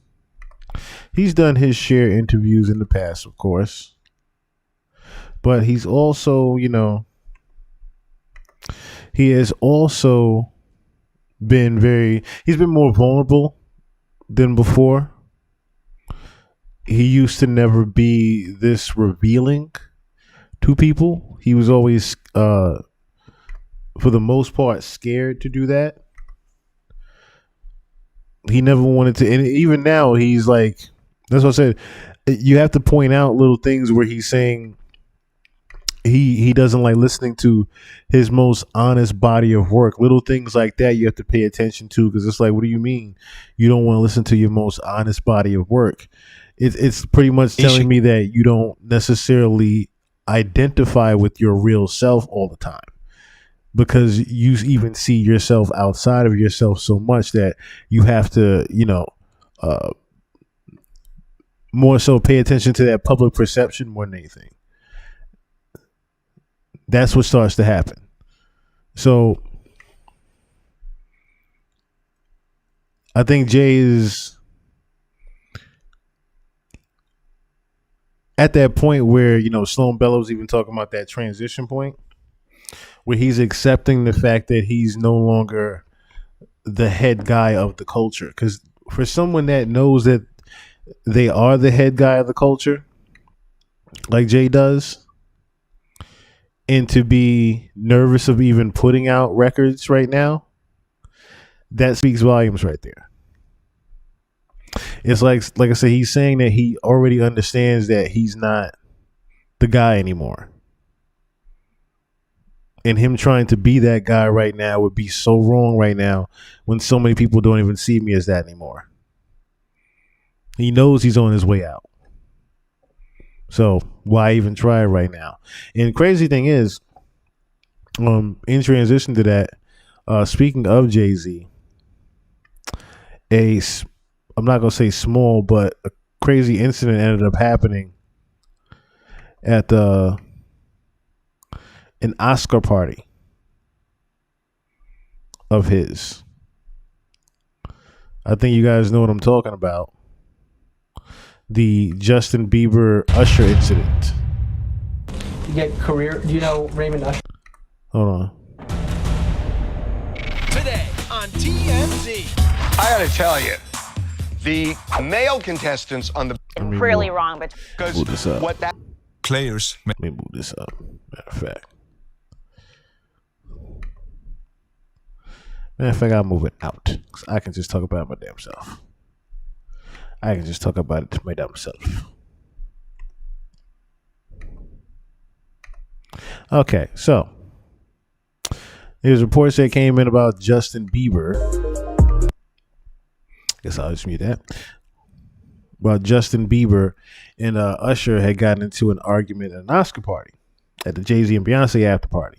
And this is pretty much the picture here of Justin Bieber hemming up Usher and pointing the finger at him. And 50 Cent even look at Beyonce's face in the back. look at Beyonce's face so shocked in the back, like, oh my God, there's someone's face over there. Almost looks AI-ish, but like it looks very real at that, because you see this guy looking very calm, like he's security or whatever, and you see a couple people holding them back. See, I can't tell this part is a little AI picture, but this is supposed to be a TMZ picture, of course, here. But like I said, you see Beyonce very shocked at what's going on between Usher and Justin. I said Justin's hemming him up and pointing the finger at him. 50 Cent had made the same joke that a lot of people pretty much were, I guess you would say, were thinking. And I'll just bring that up right here. Of what his thoughts were on it, which was hold on. Better for bringing it up on here. Yeah. I was a baby. Why you let him do that to me? What's that? What I thought when I saw this picture. He was trying to say that's what he thought when he saw the picture. Why you let him do that to me? I was just a baby. Referring to, of course, the infamous Diddy video of Justin Bieber and Diddy back in the day. And just to remind people that probably have not seen it, of course. Was it 24 hours? No, it was a 48. That was even worse. It was 48 hours. It was 48 hours. It's even worse. Yeah, so as soon as you turn 16, you know what I'm saying? I'm gonna let you rock this every time you come to LA. Yeah, this will be yours. So every time you come to LA, it's a little dusty, but you know, come get the front shot of this. man. Minute. Woo. Okay. Okay. All right, so I'm gonna be driving this next year. Yeah, when you get 16, you come down and you gotta, wear your seat. I mean, I'm 15. You could ride in the passenger seat. I got my permit. Not yet. No. All right, No, 16. You're not ready. 16. Let's slow down. Let's slow down, Justin. Okay. Let's slow down. Okay. One step at a time. But yeah, the keys is yours when when you get 16. You're good to go. I'm good to go. Yeah. All right. And then when you get 18, you get the house. Get the mansion. Okay, I get the mansion. Yeah. So where are we off to now? Where would you like to go? I mean, wherever you want to go. Where are we going? So check this out, yo. Justin, you ever seen the movie 48 Hours? Right now, he's having 48 hours with Diddy, him and his boy. They're having the times of their lives, like, you know, where we hanging out and what we doing. We can't really disclose. We can't really disclose. Anyway, the infamous video that sounded so cringe and looked so cringe to people. Blatant grooming. But the underlying part of this is Usher is the main one that introduced Justin Bieber to Diddy. Let me see if I could find. Let me see if there's actual video of that.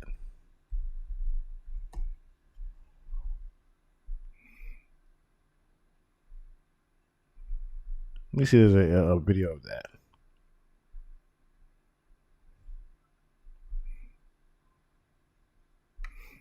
No. Well, this isn't the video where he introduced him, I don't think. Let me see. Is there a video of that? Probably not. But yeah. Everybody knows that's who signed him in the past, of course.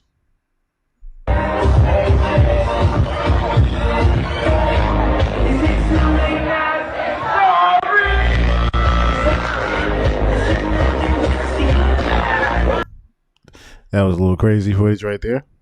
But there was also this footage here that I had pulled up of Justin dissing Usher at a disposition. For the fourth. You get career. Do you know Raymond Usher the fourth? No. Do you know Raymond Usher the fourth? No. You know an individual, an entertainer by the name of Usher? Yeah, Usher. That sounds familiar.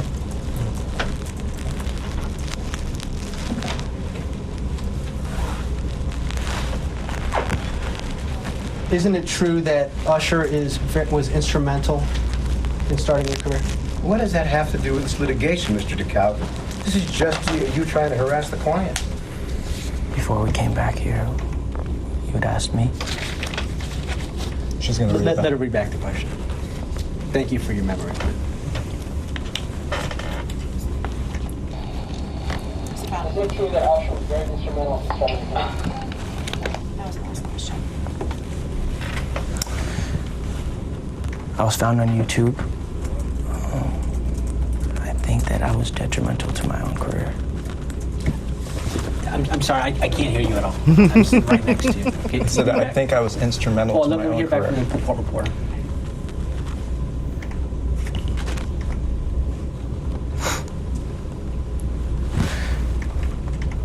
Instrumental. Said I think I was instrumental to my own career. Thank you, sir. But my question was Usher, was he helpful to your professional career? Yes. Is Usher a close friend of yours? Yes. Is Usher a confidant? Oh, wait. I guess, yes. Hold on. I got Is you. Usher giving you career advice? Is this an interview or a deposition? I got you. You get career. Do you know Raymond Usher the fourth? No. I'm trying to find a different video right now, tweet too. Do you know an individual, an entertainer by the name of Usher? Yeah, Usher. That sounds familiar.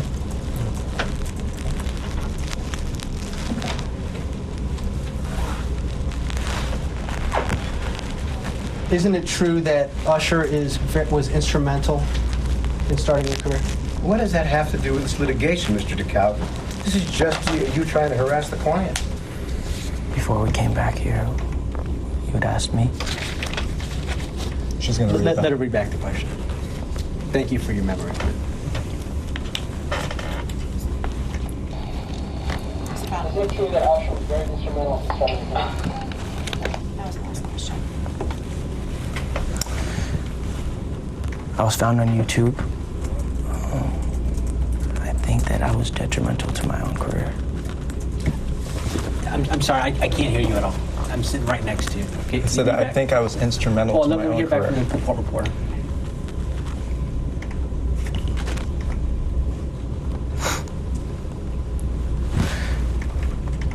Instrumental.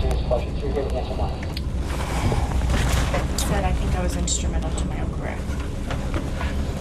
Thank you, sir. But my question was Usher, was he helpful to your professional career? Yes. Is Usher a close friend of yours? Yes. Is Usher a confidant? I guess, yes. Has Usher given you career advice? Is this an interview or a deposition? I'm confused. Please, sir. Working across teams is I was tough. I was really but confused too why they were even asking him about Usher, similar to why they would be asking about like when they was asking about the Jimmy Henchman thing and Diddy. When like Jimmy Henchman was getting questioned about Diddy, that's what it started to feel like. Like what were they really trying to ask about with Usher, right? So Usher also has been shutting down, supposedly. What even happened? Now, also, let me. I did find this video. Now, I did find it. I did actually find the video.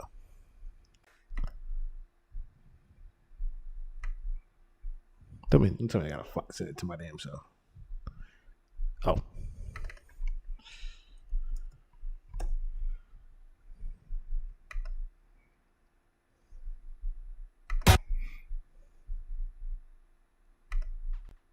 En dehors d'être musclé, c'est un grand producteur. On disait que Usher n'était pas le futur Michael Jackson. Est-ce que le futur Usher, ce serait pas Justin Bieber, par hasard, qu'il produit lui-même d'ailleurs? You're a great artist, but you're already a great producer. We were talking about Justin Bieber. You're not the new Michael Jackson, but is Justin Bieber the new Usher?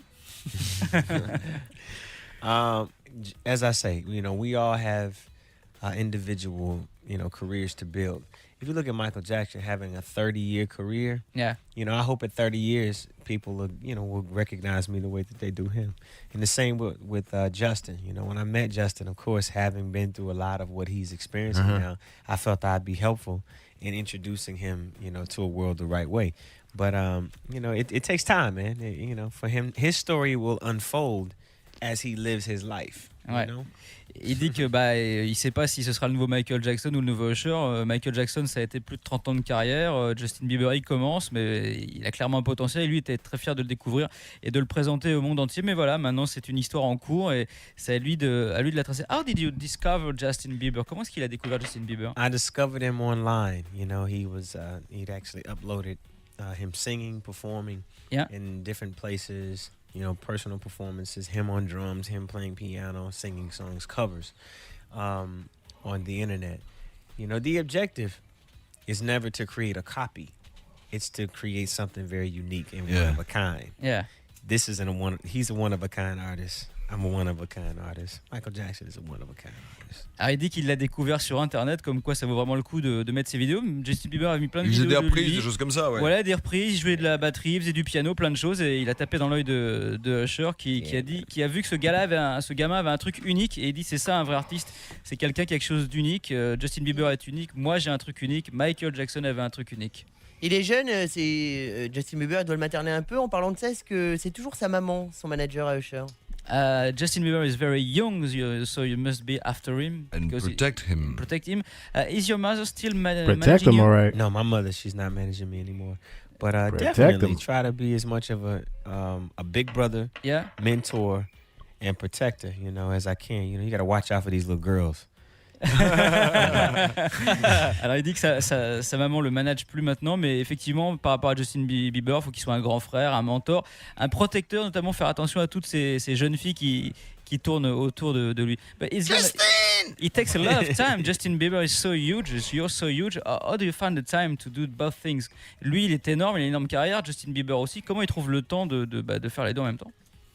Well, It's not that difficult considering, his career is his own.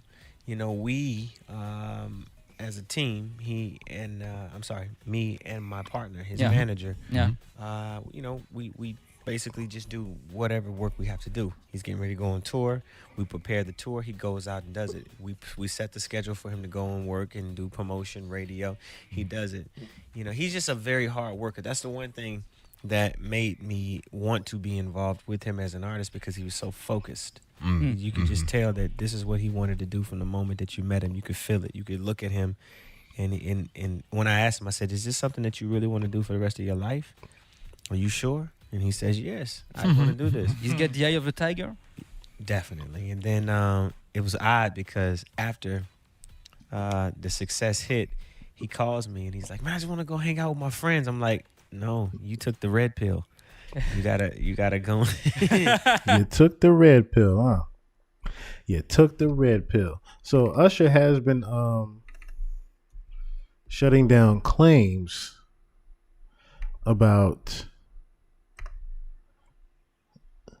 the so-called incident, saying there was an exaggeration. Usher is shutting down the claim that he got into an intense argument with Justin Bieber, Beyonce, and Jay-Z's Oscar party.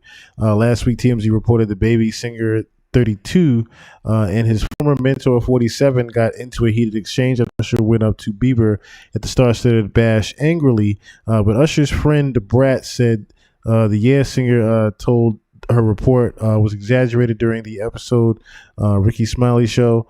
Last week, TMZ reported that Justin Bieber and Usher got into a heated altercation. So I spoke to Usher, and he said that this is an exaggeration of the conversation. The Brat said he's been nothing but supportive of plenty of issues that Justin Bieber has had throughout the years, and y'all can actually check the records for all that. Yeah, we have checked the records. He has been. Justin is on his own journey, dealing with his own reality that he's created. She continued. Usher wishes him nothing but the best, and they have no hostility towards each other. The rapper noted the two singers definitely love each other. People just take stuff out of context when they see something and they run with it. And I'm just here to say that it is not the issue. She said they are definitely cool with each other and they have love and they support each other. According to TMZ sources, while Bieber and Usher's alleged altercation did not turn physical, it was intense. A source claimed to the outlet that Bieber has always been rude to Usher, and he's trying to erase everyone's... Hold on. I don't know why the ad came in there. Trying to erase everyone in the past. Oh, that Usher, and he's trying to erase everyone in his past. Page 6 reached out to reps for Bieber, and Usher didn't receive a response. Usher and Bieber's former manager, Scooter Braun, were key figures in the early stages of Bieber's career, with Usher serving as a long-time mentor. So that was another thing too, right? It's another key person right there, Scooter Braun, who was also, remember, linked to human trafficking as well, allegedly. And that was another reason that Taylor Swift, along with others, had started to remove themselves from even being associated with him when they heard that he was involved in certain things. And it also started to hurt his business as well as a manager. All right, what's going on? Thank you. I greatly appreciate it. I greatly appreciate that. But yeah, Justin Bieber and Usher having their spat definitely happened. I don't think it was an exaggeration. I think it's something that definitely happened. Excuse me. I think it was something that definitely happened. I think it was something that definitely was a long time coming in happening. It's not just random when these two just meet each other and all of a sudden it's, oh, Justin is always rude to Usher. No, it's not Justin is always rude to Usher. It's, he just doesn't fuck with Usher because of what has happened to him. It's no, we're talking about the same Justin Bieber, right? We're talking about this same Justin Bieber. Show you something of why Justin Bieber hemmed up Usher. Remember this?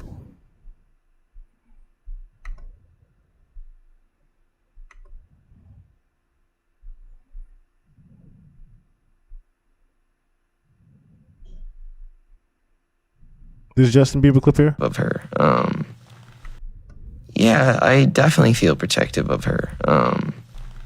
It was hard for me being that young and being in the industry and not knowing where to turn, and everyone, you know, telling me they love me and, you know, just turn their back on you in a second. If she ever needs me, I'm gonna be here for her. But yeah, just protecting those moments, because people take for granted encounters, and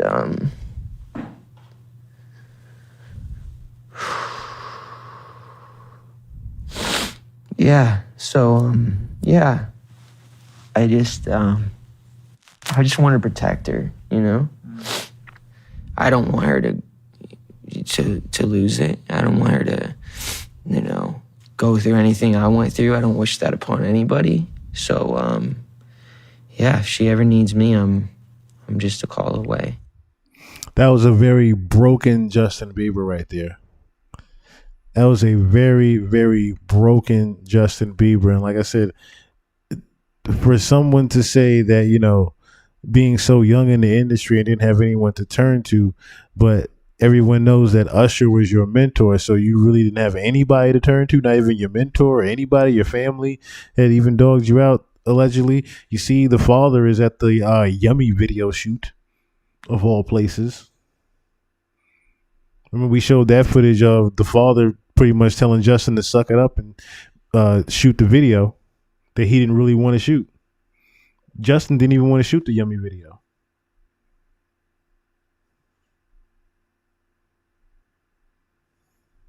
He didn't even want to shoot the Yummy video. Remember that?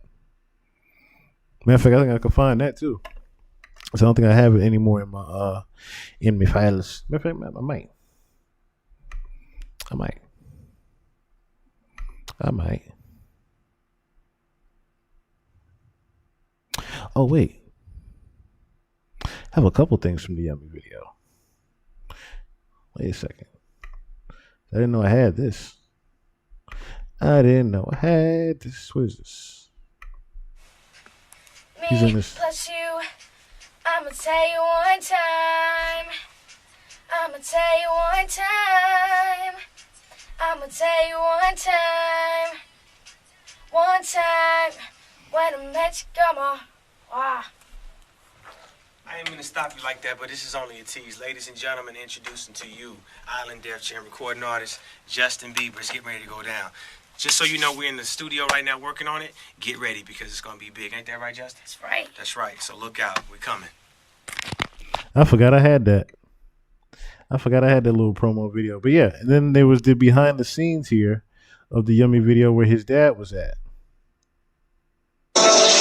Scooter asked me to be at the Yummy shoot. And action.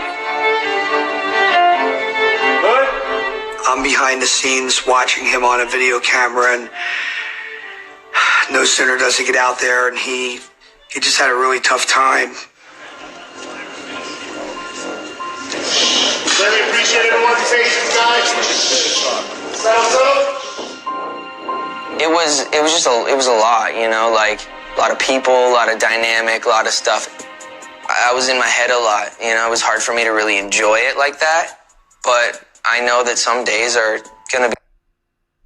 So again, for someone that didn't even want to shoot that Yummy video, I already, you know, a lot of people already, you don't have to speculate. People already know why he hemmed up Usher. It's not a coincidence that someone is saying that, oh, he's always rude to Usher. That's not by accident that he's always rude to him. If you get what's really been going on with Justin, there's a reason why he's rude to Usher. Just like there's a reason why he hemmed up Usher. Nigga, why did you let this happen to me? Is probably what that hem up was. Why did you let this happen to me? You knew this shit would happen. All this shit happening to me is because of you.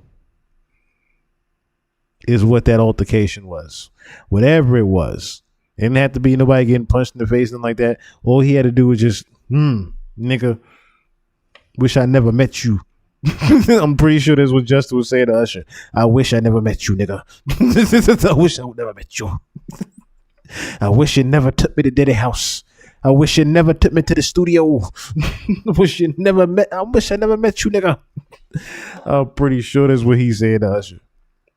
But anywho, I was going to talk about the J. Cole interview. But the J. Cole interview with Cameron is not out yet. But what is out is this news so far I've been hearing about with Swiss Beats and Alicia Keys.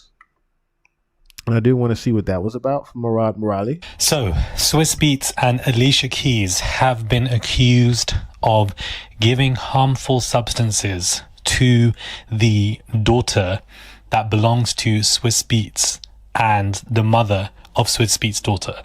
She's come out with this and she's accused them of allowing her daughter to do specific stuff, to go on yachts, to hang around in the Hollywood culture, and she's very worried for her child. Now, people are saying that, you know, if you want your child to be safe from this, why are you coming to social media to expose this and expose them? Now, whilst I do agree with that, perhaps the mother of Swiss Beats' daughter has tried different ways and all of it has failed. You can't exactly call the police. So what would you do in this scenario? She's calling them out publicly. Don't think Alicia or Swiss are going to respond, but this is some horrific stuff. Hey guys, it's Murad Morali. Hopefully you guys are all doing well today. Daily and consistent content. Let's get straight into this video. Thumbs up for the algorithm, please. And this is what Jahane Sebastian, I believe that's her name, or Jana Sebastian, this is what she states. Nicole just crossed the biggest line. She just hit me. Nicole is the daughter. In the name of Alicia Keys and the Swiss Beats who have been alienating her from me. Do you think it's okay to hit your mother in the name of money, fame, and substances? She said she hates me, my mum, and my friends. Nicole got addicted to substances and vapes in the US whilst in their care with Swiss and Alicia. This is why she's acting like this. It's not normal. Teenage stuff. I'm trying to save her from further destruction. I've spoken to her dad so many times about it. They ignore everything. If you have to go public to save your child from this world, you know, clearly your child is spiraling out of control and publicly dying from an overdose in a bathtub like Whitney Houston's daughter. Okay. She didn't need to bring Whitney's daughter into this, or Whitney, but okay, cool. Unnecessary. It's impossible to talk to her dad about these issues. We had a 9-hour talk recently. I told him over and over again. I've had years of struggling with them. They are opposite of what parents should be. She goes there and there is no structure, no resume, just meeting celebrities, partying on the yachts with billionaires. That rang a bell in my head because with the Epstein files and what we've seen, wow. Her dad always brings her late for school, breaching the court order. I'm so tired of people assuming that they are so holy because of the money. We have to save children from Hollywood parents. Most of these kids are on substances and everyone applauds them. Everyone should stop worshipping celebrities. People need to have a grounded life. These celebrities are connected to Epstein and they have no boundaries.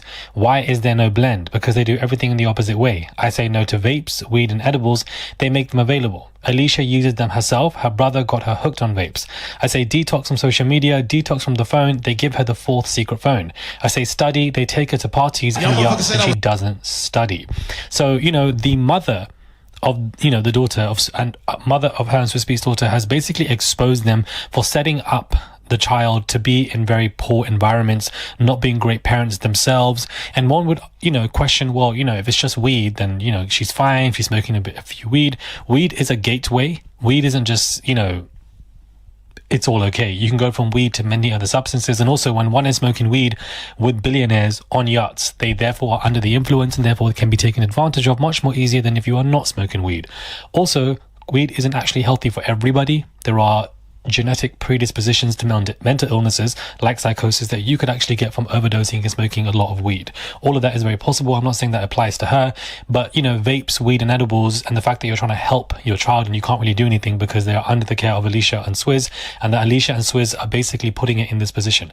Why, in what world is a teenage girl being able to get onto a yacht surrounded by billionaires? That to me sounds crazy.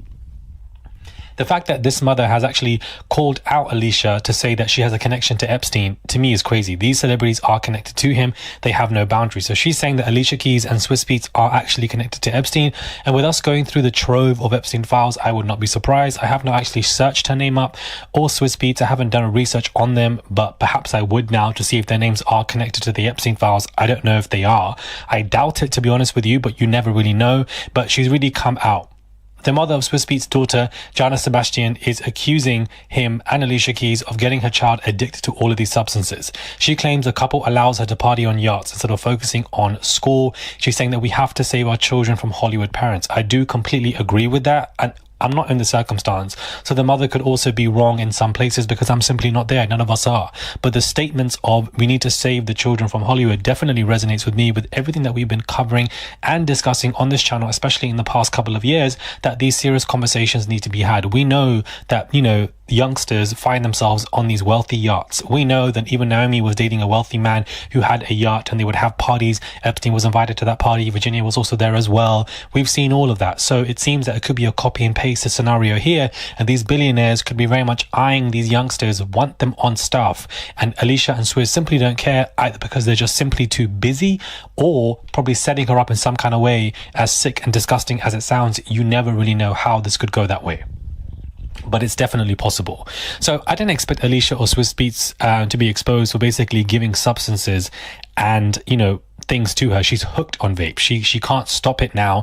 And she literally put her hand on her mother. She's a lot more aggressive. And I guess the mother is realizing that her behavior is different when she's under the care of Swiss Beats and Alicia Keys and that they are doing things to her. So I do worry now for the child first and foremost. Hopefully she's in good realms, but I do worry for the mother because even coming on social media to air out this dirty laundry, we ain't going to clean your clothes. This ain't the laundrette. We're not going to clean them. If anything, the public's going to make it more dirty because now everybody's speaking about it. That doesn't help your child. That strains the relationship with your child, especially as a teenage girl on social media. Everybody's going to be laughing at her with her friends. Puts pressure on Alicia and Swizz to piss them off. Alicia probably does not give a damn and won't respond to this, and the story might just die out by tomorrow. But everybody's relationship in this is strained, and these stories going public makes it more strained. So what is the answer? Because nobody's ready to sign up to therapy. The police ain't going to do nothing. So what is the byproduct? What is the outcome to protect that child? Because that child is still going to be on those yachts. I do agree with that. So it all, crazy thing is you can say the same thing about how Kanye West doesn't necessarily want his daughter always hanging around Kim Kardashian. He keeps saying that his kids are being human trafficked by Kim Kardashian because she's a human trafficker. He keeps saying that about Kim Kardashian, right? Similar thing is happening here. People don't want their children necessarily around these Hollywood people because they know about the weird things that they're also involved in. And when they're seeing and hearing things about their children doing drugs, I'm looking at the actual article here. Let me bring it up. So I'm just looking at the article here because it came up on WBLS first. And they put up the Instagram post. So the mother of Swiss Beats' daughter claims that child got addicted to drugs while in his and Alicia Keys' care, accuses them of allowing her daughter to vape and eat edibles instead of focusing on her education. So I guess it was probably like one of those sleepover weekends where the kids were over and whatnot, and I guess the kids were doing, what teenagers do. So Nicole just crossed the biggest line. She just hit me in the name of Alicia Keys and Swiss Beats, who have been alienating her from me. Do you think it's okay to hit your mother in the name of money, fame, and drugs? She said she hates me, my mom, my friends. Nicole got addicted to drugs and vapes in the U.S. While in their care. Let me see. Yeah, in the U.S. while in their care. This is why she is acting like this. It's not normal teenage stuff. I'm trying to save her from further destruction. I've spoken to her dad so many times about it. They ignore everything. If you have to go public to save your child from drugs, you should instead of your child spiraling out of control and publicly dying from an overdose in a bathtub like Whitney Houston's daughter. Wow. That's a little graphic there. So Nicole got addicted to drugs and vapes in the U.S. while in their care on holidays. This is why she is acting like this. It's not normal teenage stuff. I'm trying to save her from further destruction. I've spoken to her dad. Okay, it's the same thing pretty much. It's the same thing pretty much. I've had years of struggling with them. They are the opposite of what parents should be. She goes there and there is no structure, no resume. No regime, just meeting celebrities and partying on the yachts with billionaires. Her dad always brings her late for school, breaching the court order. Oh, I'm so tired of people assuming that they are so holy because of the money. We have to save children from Hollywood parents. Most of these kids are on drugs and everyone applauds them. Everyone should stop worshiping celebrities. People need to have a grounded life. These celebrities are connected to Epstein, have no boundary. Wow. The craziest thing is she even went as far as to say that part. She went as far as these accused him of being involved with Epstein. That's a wild allegation right there. So the crazy thing is she even is suing Swiss Beats and Alicia Keys. But if he really wanted to, he could countersue for that allegation right there. But there isn't no real evidence of as far as Swiss Beats being involved with Epstein. But I mean, we can't say it's actually far fetched. You know what I mean? If you know what I'm talking about. But at the same time, this is kind of crazy that this news started to come about in the midst of this whole thing that's even going on with Jay-Z, Beyonce, and everybody, being sort of, accused of being involved around Epstein's ways, the Harvey Weinsteins, and the human trafficking business in general. All these people are now, coming to light, being accused of this thing. Speaking of things coming to light, though. Speaking of things coming to light, Mr. Jamie Foxx has come out and spoke about possible cloning. Yes, you heard it. Jamie Foxx has now spoke about his possible cloning. So let's take a look at that real quick because there's some clips out there now of Jamie Foxx, teasing about, him possibly being cloned.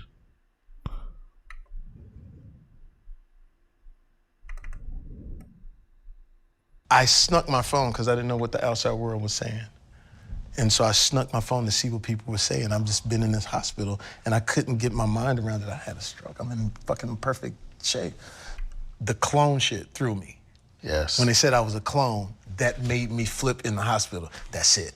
These motherfuckers are trying to clone me. I didn't have a stroke. So I'm sitting in the hospital bed like these bitch ass. And then I saw me walk into my room. But I'm white. So I see the white me. But he had a Caesar too? Just No, like you? all that, the white me. Okay, gotcha. And I'm like, and I'm trying to get their attention. And no one said anything. And I'm like, that's I saw the white me. He said he saw the white, and people thought he was joking when he said this. People thought he was joking about this. I snuck my phone because I didn't know what the outside world was saying. And so I snuck my phone to see what people were saying. I've just been in this hospital and I couldn't get my mind around it. I had a stroke. I'm in fucking perfect. He's talking about the recent stroke that he had when he had went away around the time that he was shooting that movie. They cloned Tyrone, and he had the sudden stroke around the Diddy allegations and all that. Yeah, he's talking about that time. Big shape. The clone shit threw me. Yes. When they said I was a clone, that made me flip in the hospital. That's it. These motherfuckers are trying to clone me. I didn't have a stroke. So I'm sitting in the hospital bed like these bitch ass. And then I saw me walk into my room. But I'm white. So I see the white me. But he had a Caesar too? Just No, like you? all that, the white me. Okay, gotcha. And I'm like, and I'm trying to get their attention. And no one said anything. And I'm like, that's it. They trying to clone me. This motherfucker is all the thing. And so the next morning I was out of my bed. I was standing there like Chris Pratt in Jurassic Park. I was like, what the fuck? And Dave was like, what's up, Fox? I said, what's up, Fox? I said, I know what's up. You trying to clone me, motherfucker. I saw the white clone. And I know why you're trying to clone me. And make me white, because I'll sell better overseas and all this other kind of shit. So they had to call like my Psychiatrist. I had a psychiatrist on board. And I'm sitting in this motherfucker. You read your conspiracy I'm theory, thinking and I'm a it's saying clone. yes. And when the psychiatrist says, are you all right? And I says, am I all right or am I all white? I saw what happened yesterday. I saw, motherfucker, you trying to get the white motherfucking Jamie Foxx and it ain't gonna happen. So he just calmly goes, I think we're gonna lower your dosage. I think we're going to lower your dosage. I think we're going to lower your dosage. And then this recently happened where he was just driving by recently and just messing with people about it. Go half a head. Look at it, Jay. And he was just messing with people about seeing a clone of himself. Jamie's trying to tell y'all something.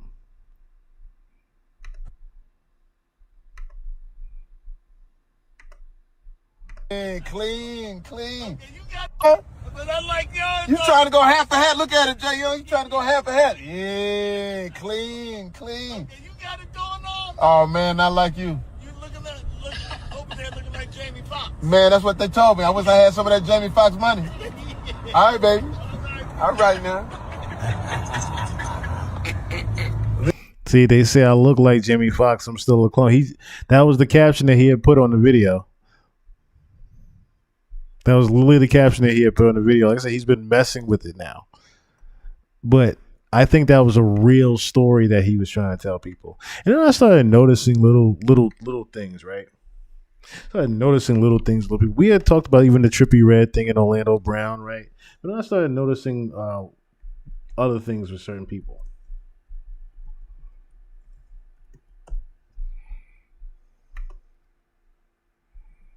So this is Jimmy Lee Presley.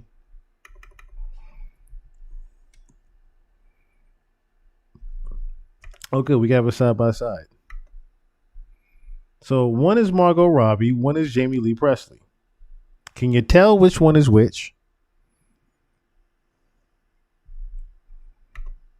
Even young them. Can you tell which one is which? One is Jamie Lee Presley, one is Margot Robbie. Of course, there's a picture of them in the same place.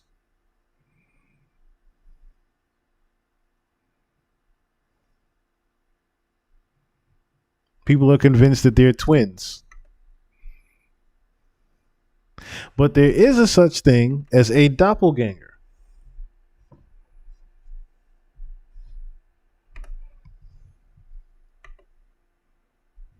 Oh, good. I'm glad they even had that. I'm glad they had the doppelganger thing. So, an apparition or double of a living person, pretty much, right? You know, an example of a doppelganger. Because this guy was just in TMZ. Randy Quaid was just in TMZ. What was it? Randy Quaid accuses Harvey Levine and TMZ of paying up people to know about the murders before they report about it. Randy Quaid had accused that, but then I looked at Randy Quaid.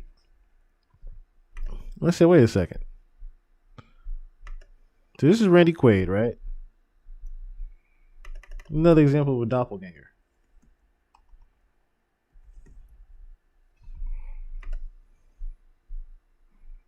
And this is Pierre Morgan.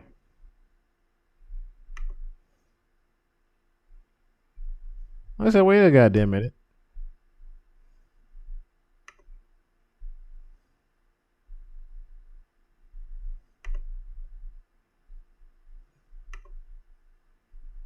Something ain't right here. something is fucking with me now. I said, something is purely fucking with me now. I'm like, I ain't that. Something is fucking with me now. And then this recent little shit happened. Watch this. And they literally titled the video this.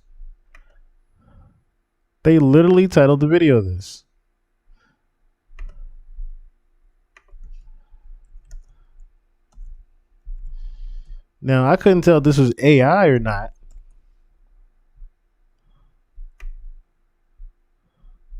I probably gotta go to YouTube for this one.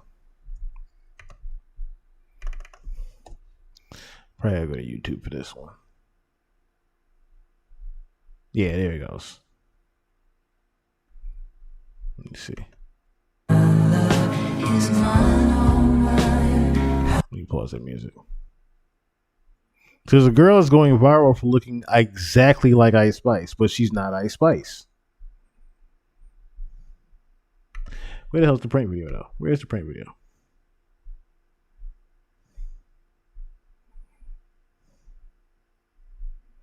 Where the hell's the video? Why is everybody just showing that part? Where's the actual video, damn it? Where is the bumbleclot actual video of her walking by?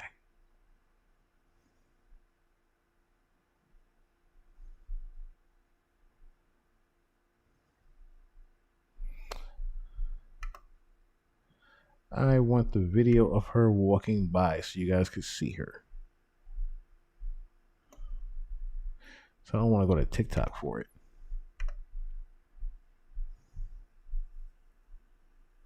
Come on now, where are you? Where are you?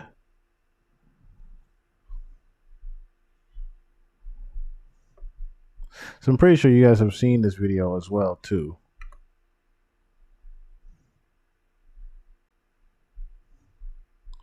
Not sure where they only have.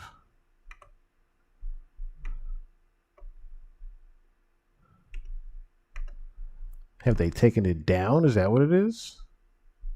Because now all you can see is this coming up.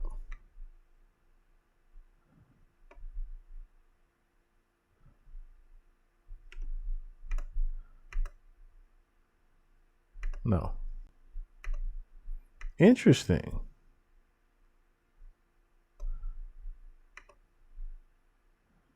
Okay, is this the video? Yeah.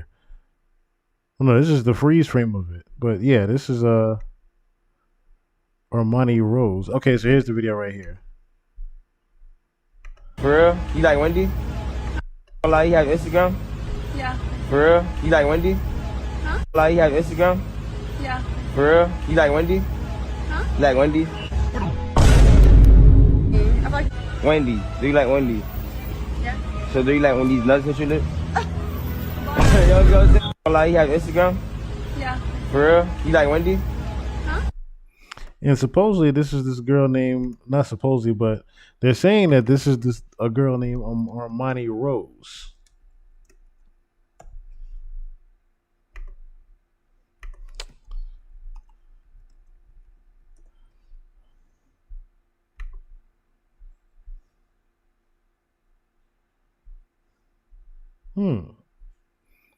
Like I said, very interesting that a doppelganger just randomly shows up in a prank video. But we're talking about somebody of the industry, of course, at that. So we know that they have been, like I said, cloned already. Also, speaking of weird things going on, they decided to put out aliens.gov. So the government apparently registers aliens.gov domain after Trump vows to release files on UFOs. The Trump administration appeared to register the domain named aliens.gov on Tuesday, about a month after President Donald Trump said he would order relevant government agencies to release government files about an alien life, unidentified aerial phenomena, and unidentified flying objects. Cybersecurity and Infrastructure Security Agency registered the domain Tuesday, according to GoDaddy registry data. Thought it was not live as of early Wednesday evening. Trump said last month the files would be released based on the tremendous interest shown, making the announcement after he accused former President Barack Obama of spilling classified information when he said aliens were real during a rapid-fire question segment on a progressive podcast. Forbes has reached out to Cybersecurity and Infrastructure Security Agency for comment. Of course, they haven't said anything. But yeah, they have registered now aliens.gov. So apparently they're going to be releasing some information soon on things, and we will see what that would be. Who's that? Swayze World, what's going on? What's going on? What's going on? What's going on? Okay, so one other thing I wanted to check out that was going to be pretty funny. Here. Also, if you guys would like to donate to the podcast, the Cash App is on the left-hand side of the screen. It's Chill Murray 1. We do try to have a small $50 goal at the end of the week. Very small goal. If you can, please donate to the podcast. It's Chill Murray 1 with the Cash App. If you guys want to use PayPal, it's the G-Clan Timberlake body cam video. And remember when he wanted to do a lawsuit to the police department for releasing the video, saying it was going to be damaging to his career and all this thing? I want to see what was going to be so damaging to this man's career. And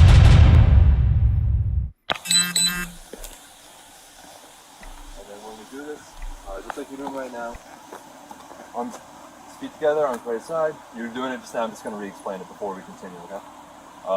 Arms to the side, feet together, and then you're going to keep your head straight and just keep your head straight, only follow with your eyes, okay? Okay. You understand that? All right. Yes, sir.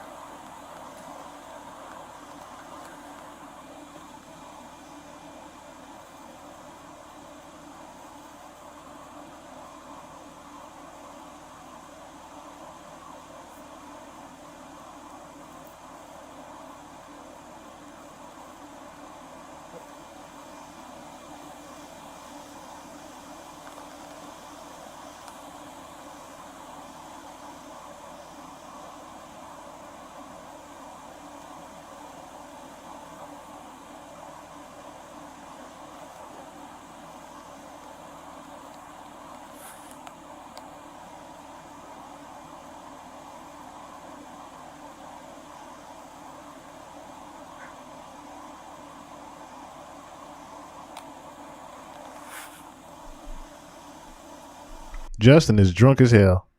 You see him swaying back and forth?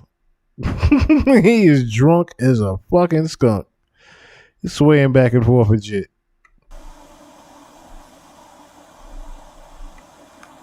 Hey, 47 and 7 clear for down. 6, go ahead. And then this last one.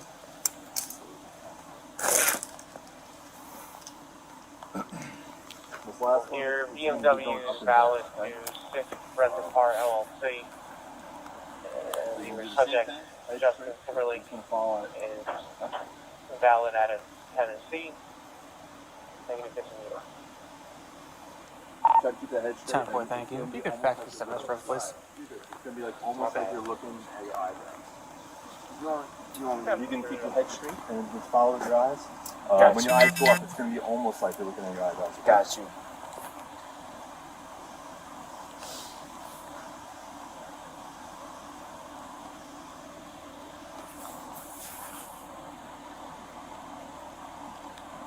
Okay.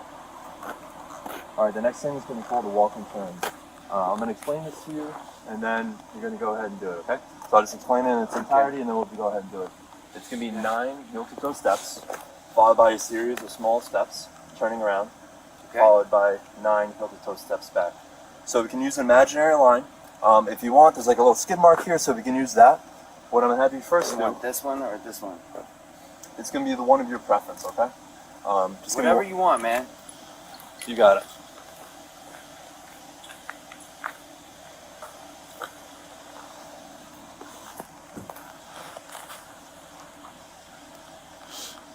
How you doing, man? Good, how are you? I'm good.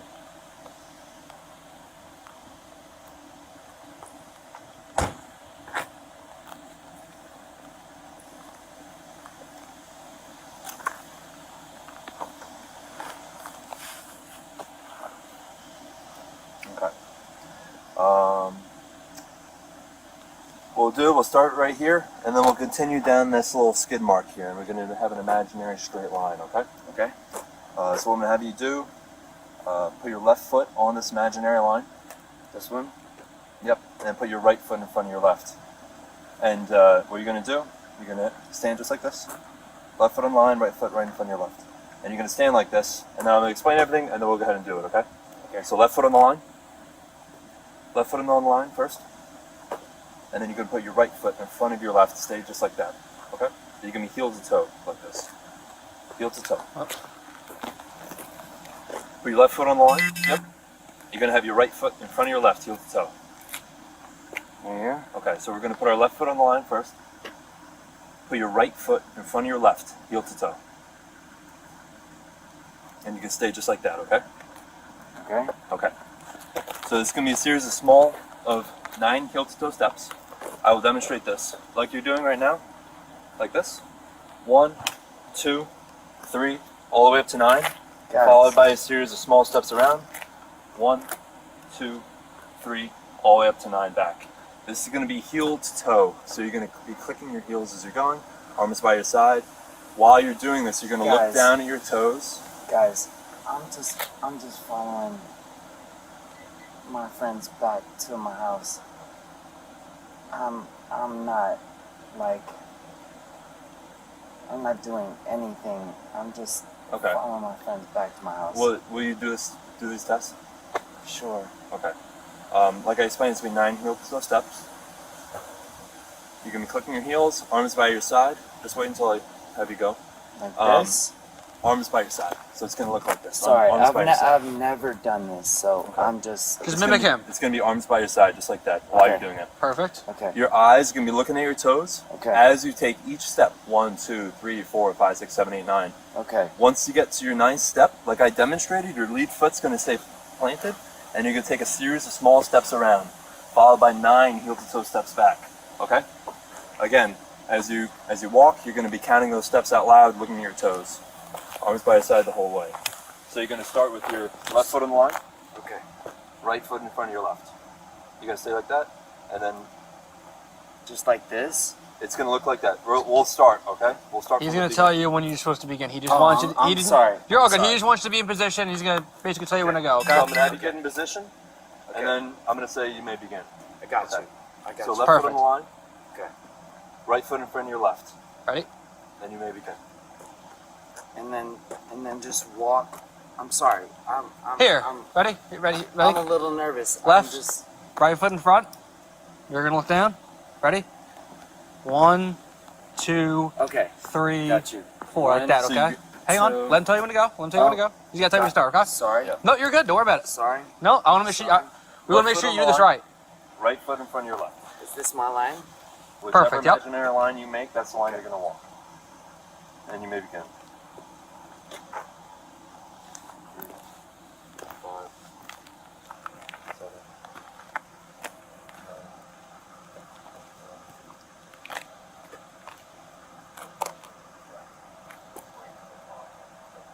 Yep.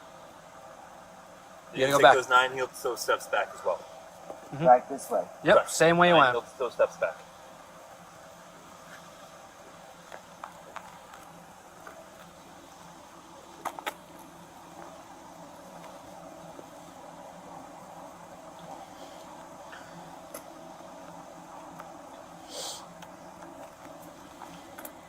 One more test for you. So this one's going to be the one-leg stand, it's called. Either foot, one of your choosing, you're going to raise approximately 6 inches off the ground, keeping your foot parallel to the ground. You're going to be looking at your toes, counting aloud as followed: 1 1,000, 2 1,000, 3 1,000, 4 1,000, and so on until I tell you to stop. Same as the other test, you're going to be keeping your arms by your side. You can start with your feet together if you'd like. And you're going to be raising either foot of your choice, left or right, does not matter, it's your choice. Foot looking just like this, parallel to the ground. You're going to be looking at your toes, counting aloud: 1 1,000, 2 1,000, 3 1,000, 4 1,000, and so on until I tell you to stop. Do you understand that? Do you want me to re-explain it? Tell me one more time. You got it, no worries.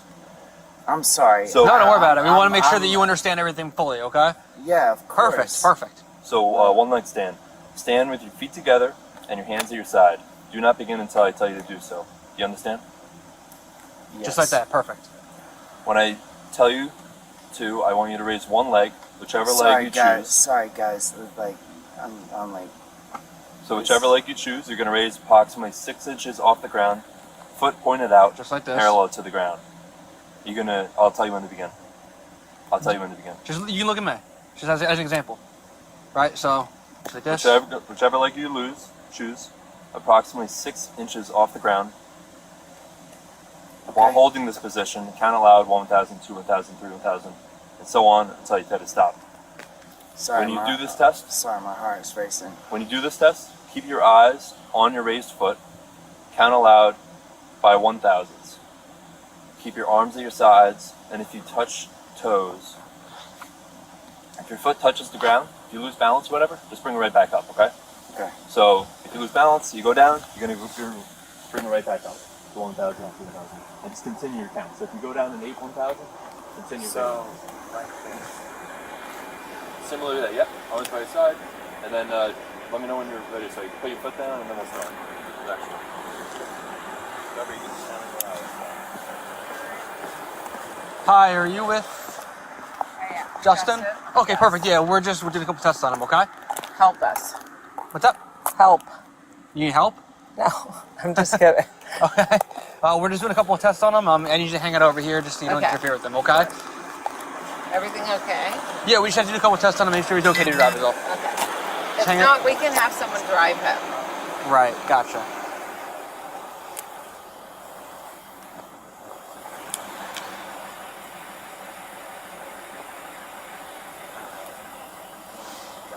Yep, good. So I'll tell you something, yep. Okay. 1,000, 2,000, 3,000, 4,000, 5,000. That's all good. Alright. By the way, these are like really hard tests. Alright, so the last thing is going to be a pre-screen breath test. So this just lets me know where you're at. And then It looks like a public humiliation to me. you just, maybe someone else could drive. Isha, what's going on? Impaired, intoxicated. Okay. So, I think this is really why he didn't want this video to be released. Is that it really does look like a form of public humiliation to him. I guarantee you that's why he didn't want it to be released, because he's not putting out like a project or anything. So he's not trying to show his, he's not trying to show himself like this. I see why Justin didn't want this. He definitely was drunk. He didn't even want to do the test. 9-7 headquarters. 9-7. Stand right over here. Yes, sir. Whatever, time to stop and time check. Yeah, if we could have you just hang out in the front of the car, okay? Thank you, I appreciate it. Time of stop was 0020. Time now is 0035. 15? Yep. Simple. Simple. For you, my sir.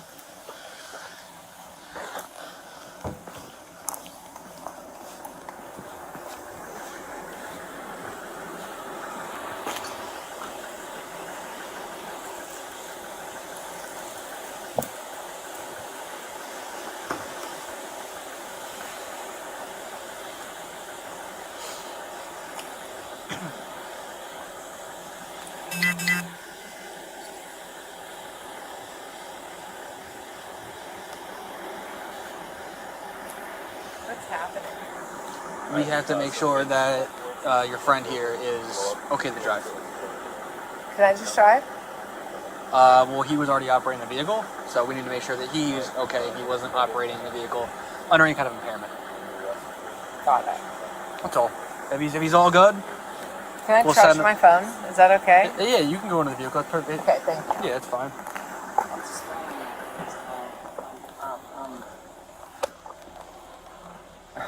Alright, just turn around for me, please.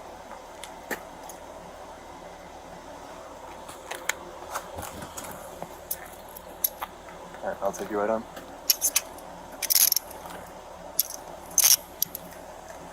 Nine 7 headquarters, 132 and 190. Okay. Ma'am, do you have another way to get home? Can I drive? Have you been drinking? No. You haven't been drinking tonight? I had like one glass of wine. Okay, no problem. How are you related? Friends? Friends, obviously. Okay, if he's okay with you driving the car, you look like you're fine to me, but... I don't look fine you look to you? fine to you. Oh, I was like, wait, no, what? if you look under the front of the car. Hold on, what do I look like? You look under the front of the car, Do it's I fine. not look good? So, no, you're fine. So, at this point... I know my hair I heard sucks the here, but same like I thing that she usually look heard. good. So, at this point, he's Hold on. related friends? Friends, obviously. Okay, if he's okay with you driving the car, you look like you're fine to me, but... I don't look fine. Yeah, see, he started to say you don't look fine. He started to say that. I heard him. Yeah. Fine to you. Oh, I was like, wait, no, what? if you look under the front of the car. Hold on, what do I look like? If you look under the front of the car, Do it's I fine. not look good? So, no, you're fine. So, at this point... I know my hair sucks here, but like I You're usually good. look good. So, at this point, he's coming with us, okay? No, he's not. Yes, he is. No, why? He's being arrested for intoxicated. Stop it. DWI, yes. No way. Yes. Don't say it. Yes. Just come back with us. Okay? So, you're okay to drive. Okay? I don't see any... Your eyes look perfectly fine. Your speech isn't slurred. You're you're arresting Justin Timberlake right now? Yeah. we Stop are. it. Yes. Why? He was driving drunk. He wasn't. He failed every single one of our tests. What do you mean? So, at this point, so listen, this is a private matter with us and him. Okay. I can't really talk about it too much. Okay, just okay, know I he's got it. he's coming with us tonight. He's Where? not going home. Tell me where. To the police station. Which one? Sag Harbor? Yes. On Main Street. 70 Division Street. 7. Yes. Okay. So I should come there. No. You should go home. He's going to be with us all night. The whole night? He's not. When we release him, when the judge sees him in the morning. There's no way. Yes, that's how this works. Okay. So I wouldn't. So unless you want to sit in a police lobby for the next 9 to 10 hours, which I don't recommend you do. I would recommend you take his car if that's okay with him. We have to confirm that with him first. Okay, let's go talk to Well, him. what's your name? SD. SD. Okay, let me ask him. I got it at this point. Okay, it's I us and not understand. you. Okay. No offense, but I got it. It's just protocol. Okay. I'm gonna see if she can take the car. Okay.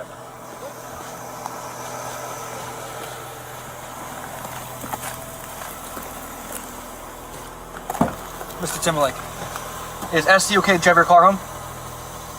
Do you care if she takes your vehicle tonight? You're okay with that? Okay. Thank you. Okay, SD, Miss. And then he's arranged No. for the morning. Unfortunately not. And then You guys, and then come on. he'll be released. What happened? I stopped him based on observations. and What was he traffic doing? infractions. Tell me what happened. He was unable to maintain his lane, but I'm not going to continue. We're going to get him back, okay? 'Cause I'm not going to. This is a private matter with us and him. I don't want to say it doesn't concern you because I don't want to be rude. However, it is a matter between us But and can him. I talk to him real quick? No, not anymore. No, he's in our custody now. Okay. So he said, I talked to him just now. You're going to take the car home. Okay. You don't. Oh, this is when Justin Timberlake had got arrested for a DUI, driving drunk. Show any signs of impairment, no slurred speech, your eyes are good, okay? So you're good to take the car, okay? If you want, he'll get a phone call, he can contact whoever he needs, whether that be lawyers or family or whomever, okay?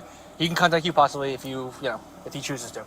So you can take his car. I don't know where you were going, but feel free to take that. And if someone wants Can to I pick him up, give you his phone? is his phone in the car? Yes. That's fine. I mean, Yes. yeah, that's fine. But you'll give it to him. Oh yeah, of course. It'll go into our property section with him, and then He won't get it? No, not while he's in custody. No, he'll get it when he's released. Yes, so he can call someone when we release him from custody. But it will remain in my possession. But should I ask him if he wants it or if he wants me to keep it? You can't talk to him. There has to be a moment of talking. No, not anymore. Please help me. Not anymore. Hold on. Okay. So Hold on. this Can is, I? This is the registration of the vehicle. Just make sure it stays with the vehicle, okay? I have his phone. Yeah. Yep. Can you guys please just do me a favor because you loved bye bye bye or I'm like happy- sexy back? so- I'm Like, happy- do me one favor. Let me ask him if he wants me to give him his phone. Yeah. I mean, This is that's- insane. So it's not going to be a long thing. I'll let you walk up real quick. Please. Listen, Help. Listen, Okay. listen. Take a breath, I'll let okay? you walk up real quick, but that's going to be it, okay? I'm just going to go back.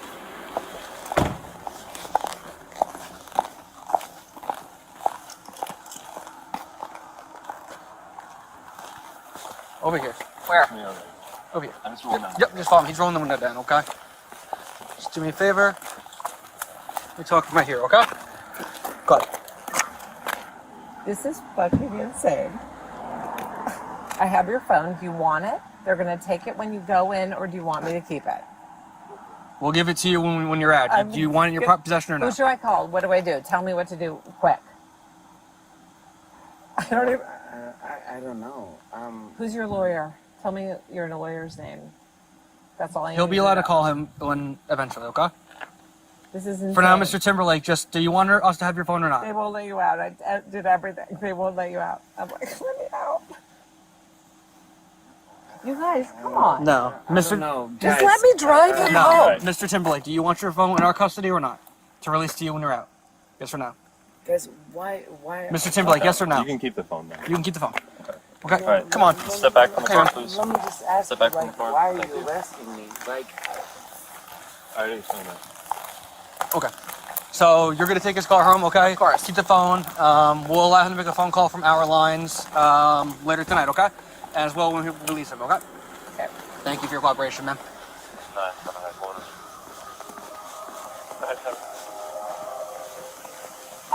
Two 16 by 32 from my location to 7S in unit 145, starting mileage 17785. All right, I'll see you back there.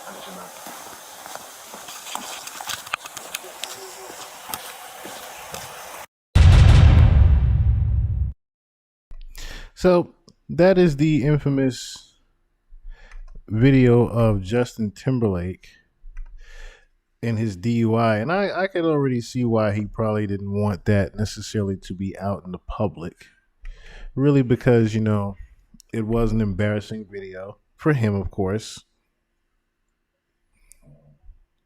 And like I said, he didn't want that form of public humiliation to be out into the public to ruin his business.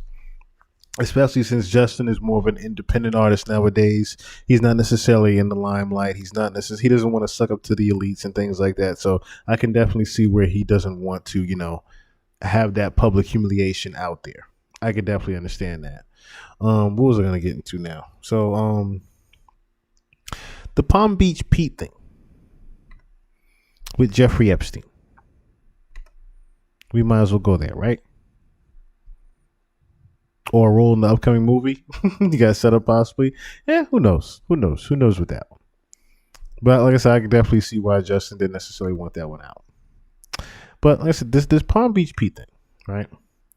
This is kind of funny. So not too long ago, there was this video that had been released of a guy driving by who seemingly looked like who looked like Jeffrey Epstein. And everyone thought it was Jeffrey Epstein is alive. And I'm not Jeffrey Epstein. I'm Palm Beach Pete. And just want to reiterate, I'm Peter from Palm Beach. Have nothing to do with Jeffrey Epstein. He's a very bad person, what he did, obviously, and he is dead. And I'm alive.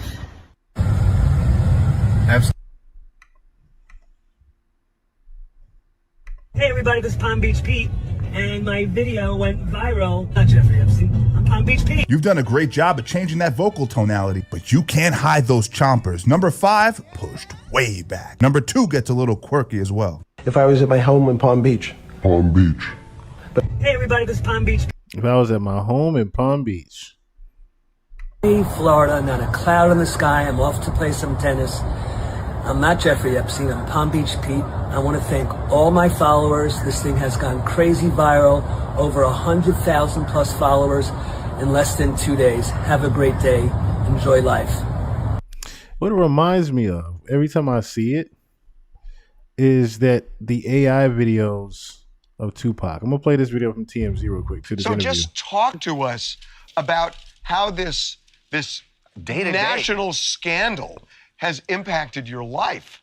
Sure. Well, I was prepared for it because I've gone viral before, but never to this magnitude.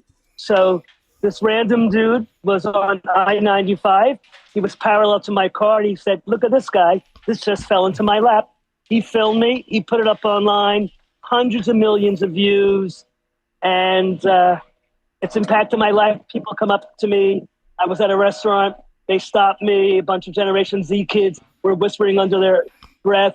And I went by their table. I said, "Can I help you guys? Are you talking about me?" And they said, "Yes, you're the guy that went viral." I said, "That's Do you hear how the microphone's echoing? me." So I'm recognized. I've always been recognized. When he first got arrested, when he was on the New York Post, I guess he died in 19 or 18. So when he got arrested, when he came back from Paris and they took him to the correctional facility, I was on the Post. I lived in the city, and people were always circling me around me and giving me double looks. Hold on. Wait. In 2019, His face is a fake. This is a CGI fake of his face. you're saying you lived in New York City? I can see it around his mouth. Yes. So you've been everywhere he goes. Yes. So Yes. okay. So I'll when give you. Can I give you a couple examples? Did you guys hear that? All right. So I was at a Can I give you a couple examples? Sure. All right. So I was at a hockey game with my kids, and I'm leaving the hockey game, and a guy has an Instagram account called Liquidity. I think it's like a hedge fund account, and he filmed me, and there was a banner that said Jeffrey Epstein rising from the grave. That went viral. So that was one incident.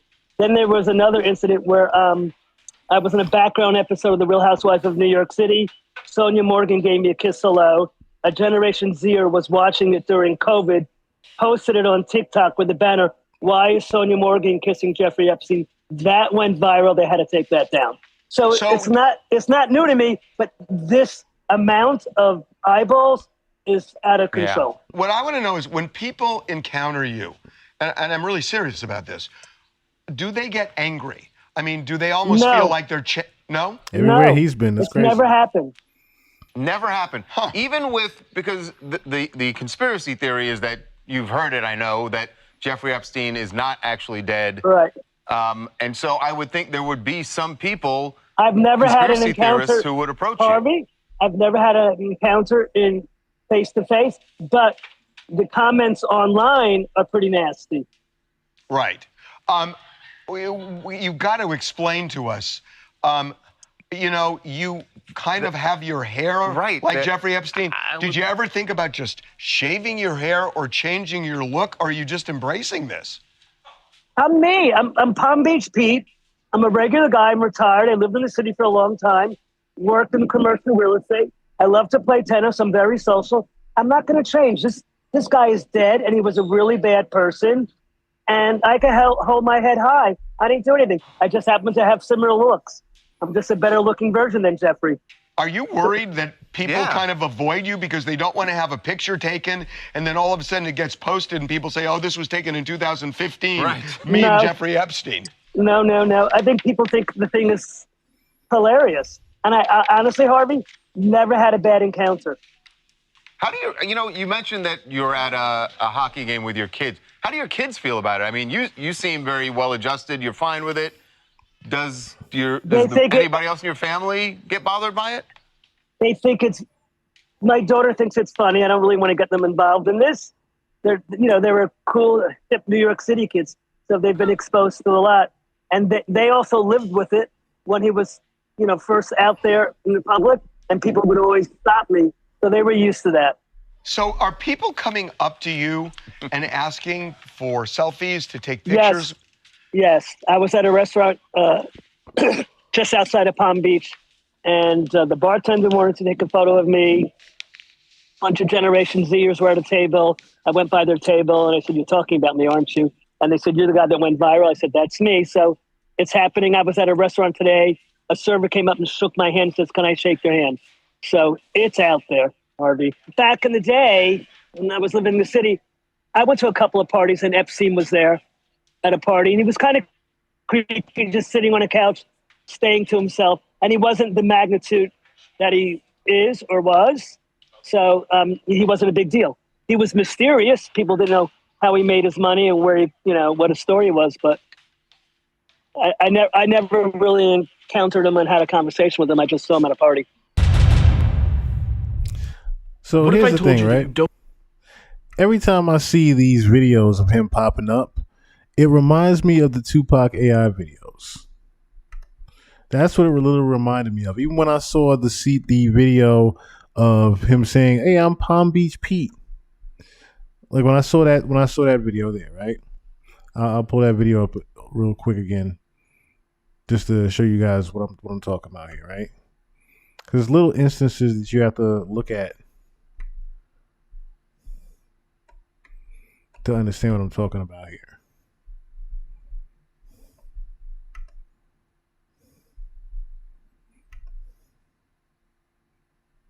Palm Beach Pete. And just want to reiterate, I'm Peter from Palm Beach. Have nothing to do with Jeffrey Epstein. He's a very bad person. What he did, obviously. I want you to notice the background of the video compared to the actual person. He is dead. So I'm gonna show you that. Now I'm gonna show you this Tupac AI video. I'm gonna show you these Tupac AI videos. You're gonna see exactly what I'm talking about here, and how you can notice certain things.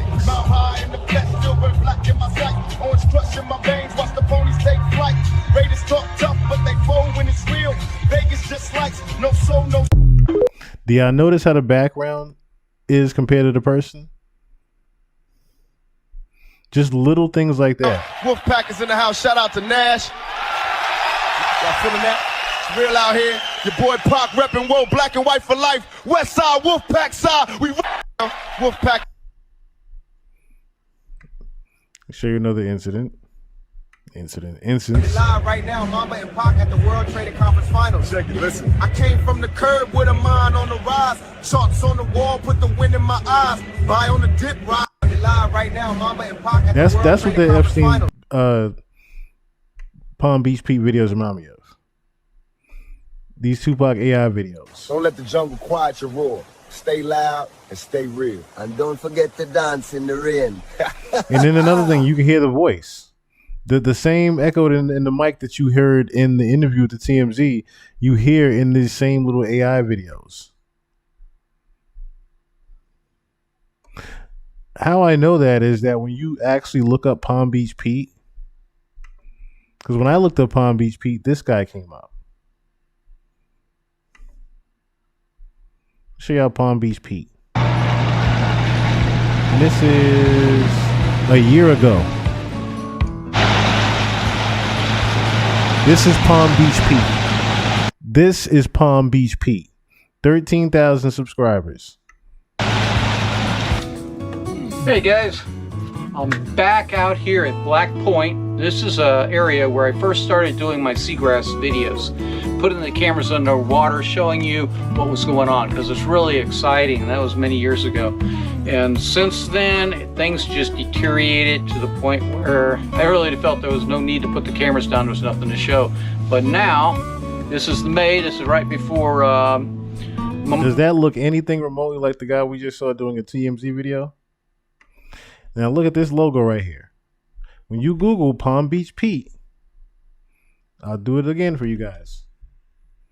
When you Google Palm Beach Pete, whose logo comes up? The fisherman logo from the YouTube.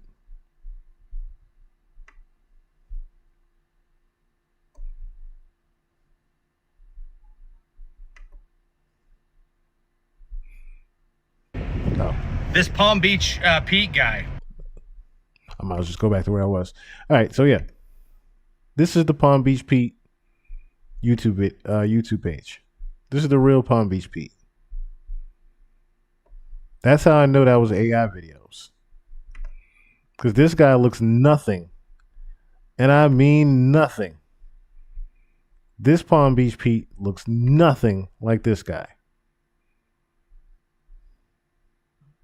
And like I said, when I heard the microphone echoing like that, and I sort of looked at the background, I was like, oh, wait. They're doing another manipulation AI video right in front of us. Because I'm like, I seen the real Palm Beach Pete. Memorial Day weekend, and beautiful day, water super clear. There is some grass growing. I'm hearing more and more reports of... So again, y'all, never be fooled out here.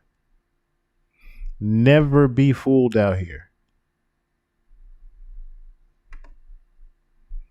I'm going to play this little video again so you can understand what I'm talking about. Listen to the voice. Don't let the jungle quiet your roar. Stay loud and stay real. And don't forget to dance in the rain. You hear how their voice is? Now I'm going to play that same TMZ interview and listen to how that guy sounds in the interview. Just listen to how he sounds in the interview only. You could literally hear the doubling in the voice and the echoing in the mic when he speaks. Was on I-95. He was parallel to my car, and he said, look at this guy. This just fell into my lap. He filmed me. He put it up online. Hundreds of millions of views. And it's impacted my life. People come up to me. I was at a restaurant.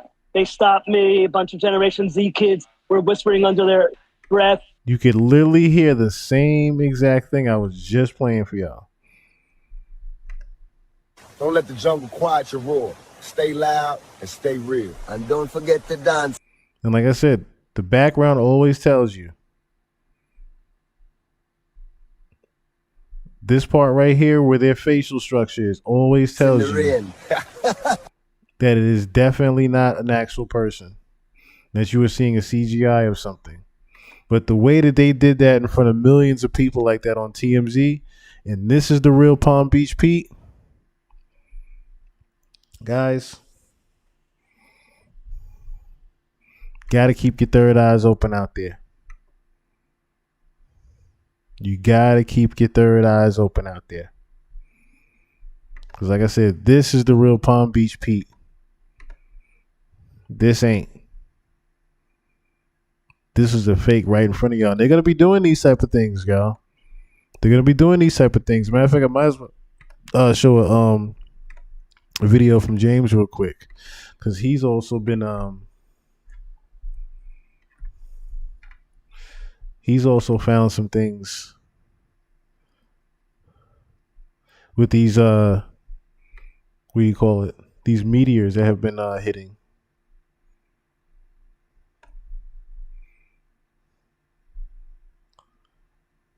Matter of fact, let me do this real quick.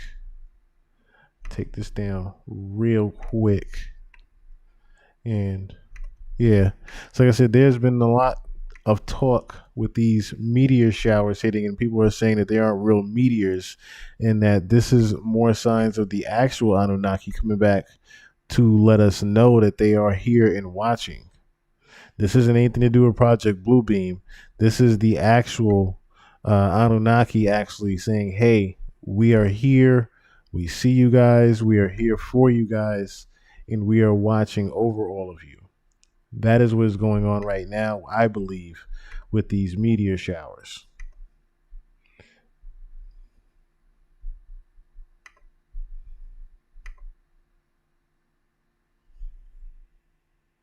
So we're going to look at this right here from the homie.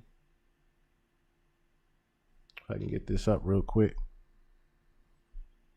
As I want to do with the YouTube ads in the way. So to make things a little easier for me, I figured I'd just get it on the player since I've been having my player work lately, as you can see. So I had to stop everything that I was doing just to make this video right now because there's something pretty bizarre going on with mysterious fireballs that are being seen all across the sky, all over the world. And this started happening a couple of days ago, and we are now up to, I think, 5 or 6 of these fireballs. And some people are claiming that some of these things are possibly not meteors. It's just crazy. I can't believe this is happening. So I had to stop everything that I was doing just to make this video right now because there's something pretty bizarre going on with mysterious fireballs that are being seen all across the sky, all over the world. And this started happening a couple of days ago, and we are now up to, I think, 5 or 6 of these fireballs. And some people are claiming that some of these things are possibly not meteors. It's just crazy. I can't believe this is happening. The information I do have, they are diverting everyone right now, so there are no more inbound aircraft, at least from United Airlines. They're diverting everyone out of Denver because of this crazy situation.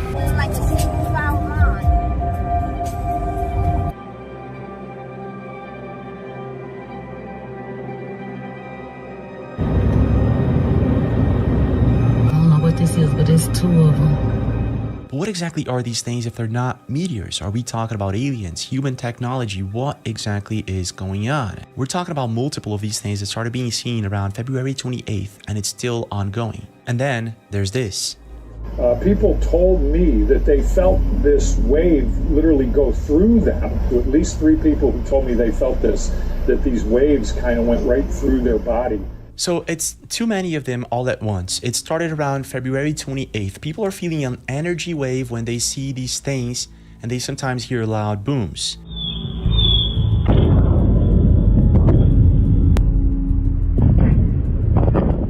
And get this, they're also seeing these things maneuvering as if they're being controlled by something.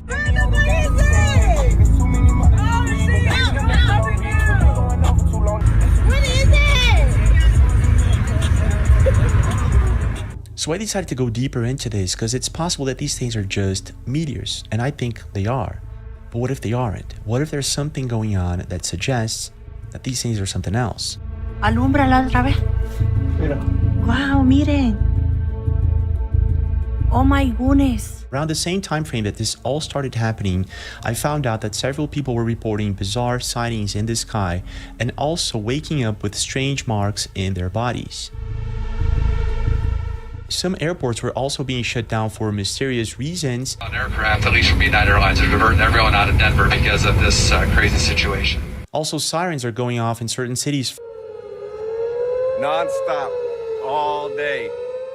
And what appears to be some sort of glitch in the energy grid started happening a couple of days ago in Mexico and in Ohio, where one of these fireballs was seen a few days later. So this is Cleveland, Ohio, the 14th. The mystery drones also seem to be back. So is this all just a coincidence, or is there something going on? Let's try to find out. Let's begin with the basic, and that would be the multiple mysterious objects that people are seeing falling from the sky. I guess it all starts with this video posted on February 28th in Maryland. This is where I believe all these sightings started happening.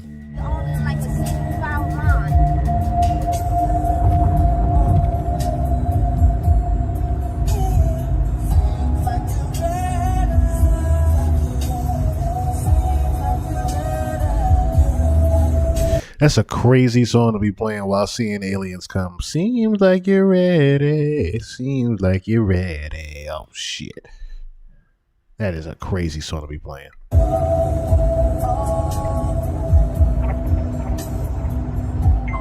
Wow, I see many of them. Here I'm seeing like what? 1, 2, 3, 4, 5, 6, 7, 8. At least 8 of these objects. And again, they look like meteors, but I'm guessing that this is not normal, that these can't be meteors. So what exactly is going on? So March 17th, this account posts this. Woman captured a mysterious meteor-like object streaking across the sky in Dallas. Let's take a look at this.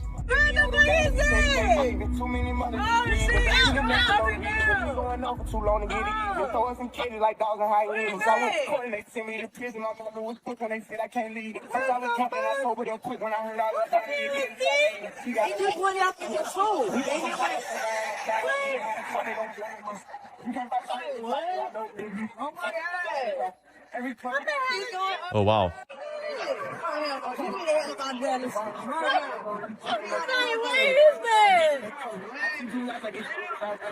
What is it?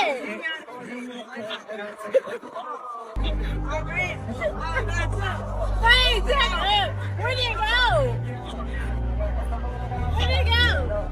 It's kind of crazy how in the beginning of this video we can see this thing, whatever it is, making a curve upwards and then going down.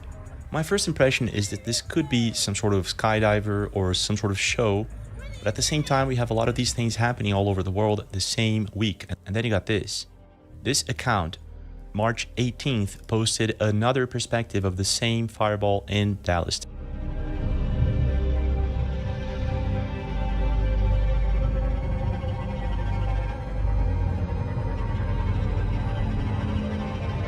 So pretty much similar to what they said will be happening in Israel, where the lights will be coming out of the water and the orbs will be coming out of the water. Pretty much the Anunnaki displaying themselves and showing that we are here to watch you. The same thing is starting to happening all over the nation now. Wait a second, is that a plane or another one of them? Around the same week in Houston, another person captured what looks like 2 of these things falling at the same time, which in my opinion is pretty strange. I don't know what this is, but it's 2 of them. What the heck? I've never seen 2 of them at the same time. Look at that. I don't know what this is, but it's 2 of them. Also posted on March 18th by this account, we see something similar in Australian sky.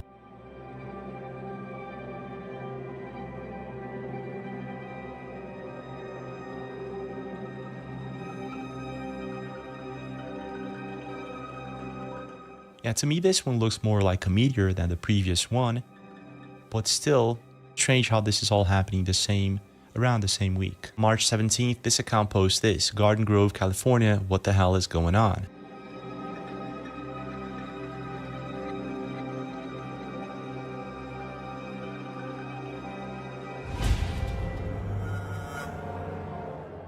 Yeah, so this is a strange one. It actually looks like it's making a small curve. I could be wrong. What in the world is that? I mean, if that is a meteor, that is one strange meteor. March 18th, this account posts this video. What appears to be yet another fireball was spotted in the skies of Los Angeles, California. This would be the 6th meteor sighting this week. 37. I don't think I should tell people how I am. Dan, what is that? I don't know. I'm filming it. I'm pretty sure my manager also thinks I'm like in my 30s. Is it a rocket? It might be a rocket. It looks very SpaceX-y to me. It's coming here. If it is, it's going to be wonderful. Oh, wow. There's definitely a line there. Oh, wow. Yeah. This is a great SpaceX viewpoint. It's SpaceX, by the way. Absolutely. That's absolutely SpaceX? Yeah. I thought SpaceX was white. Oh, you're, no, this is SpaceX. Wait, SpaceX or, I mean, it's from, you're saying it's from SpaceX. This is like the best meteor I've ever fucking seen. Are we watching a meteor right now? I mean, I've never seen anything in the sky that looks like that. Yeah. It's pretty. Whoa, it's losing. Okay, pretty strange. Changing color now. Yeah, it's SpaceX. It's going up. So. Wait, when you say it's, do you mean it's Starlink? Is that what you're saying? Yeah. That's actually a nice observation. It's going up, so it must be SpaceX. I'm not sure if that's how it works, but it's a nice observation. It's a rocket. Oh, that might have been a meteor, dude. Oh my gosh, it's gone. It just disappeared. It was a meteor. It burned out.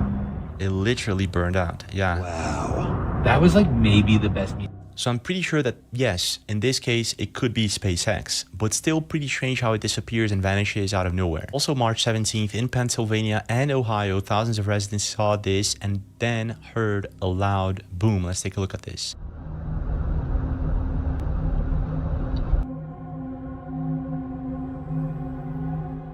And this is the loud boom that people heard in Ohio a few minutes after that.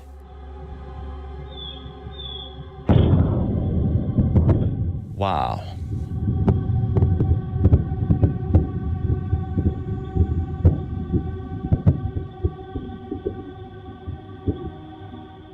So whatever this thing is, it shook the entire neighborhood and lasted for a few seconds. I'm not sure if that's a meteor. And in the comments, people are saying, where was the warning? Are we sure this is a meteor? And then there's this. They can track a meteor for years, but they can't track a random one. So this is kind of bizarre because we had 3i Atlas.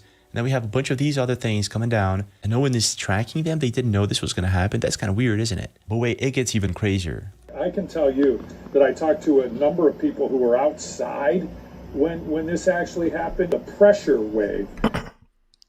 Okay, so a passenger on the Canada Airlines said that a flight attendant seemed to know something was about to happen because of the warning she gave them before the plane landed and how rough the flight was. So it wasn't turbulence. Okay, this is from Isha So Lovely. While landing, she was a previous employee of a news station. Black woman. I saw the interview on a news station yesterday, found it interesting and telling. Something definitely is happening in these skies. That's why I would be very scared to fly right now. Very, very scared to fly right now, not knowing what is happening up there. Because our sky is also being very manipulated as well, aside from this happening right now with them visiting us. People told me that they felt this wave literally go through them. And this is the majority of these people, and I talked to at least 3 people who told me they felt this, that these waves kind of went right through their body. So wait a minute, an energy wave passing through, how big was this? 10 feet in diameter and weighed about 14,000 pounds. And the pressure wave created by it, 250 tons of tonneau. Doesn't sound like a meteor, does it? Let's see what else we can find in Ohio. Okay, so found this one 9 hours ago. Let's take a look at this. Yeah, so this is Cleveland, Ohio on Saturday night. Okay. 14th. We just left the city of Euclid and came across this. And we've traveled about 1.5 miles so far, and it's still going until what seems to be this end point. Don't know what it is. Almost looks like an SOS or some kind. Wait a minute, is this Morse code?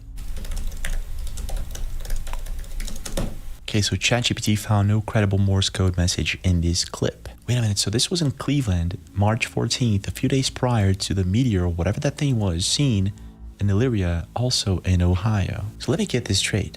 We have a 7-ton object that supposedly fell somewhere in Ohio, and then we have this energy wave that people feel passing through their bodies. And 3 days before that, we have an energy grid glitch or failure in Cleveland, just a few miles from where this object was seen.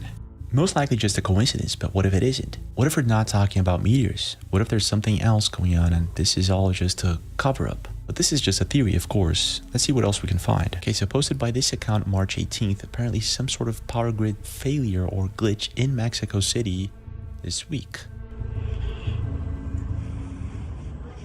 Yeah, seems a lot like the one we just saw in Cleveland.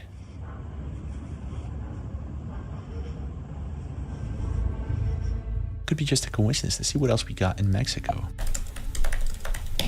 Yeah, so no meteors in Mexico City for now. But wait, found this. Posted by this account, pilot makes shock announcement. They're diverting everyone out of Denver. It's crazy. I can't believe this is happening. It's crazy. I can't believe this is happening. I don't have much more information. I'll let you know when I get it. kind of missed that. Oh, the information I do have, they are diverting everyone right now, so there are no more inbound aircraft, at least from United Airlines. They're diverting everyone out of Denver because of this crazy situation. What crazy situation? Update you guys. Denver Airport has no power. There's no flights coming in or out. What? You're stuck on the runway. So if you have a flight coming out of Denver, I would check the status. They're diverting all planes coming into Denver at this point. Wait a second. Power failure in Denver.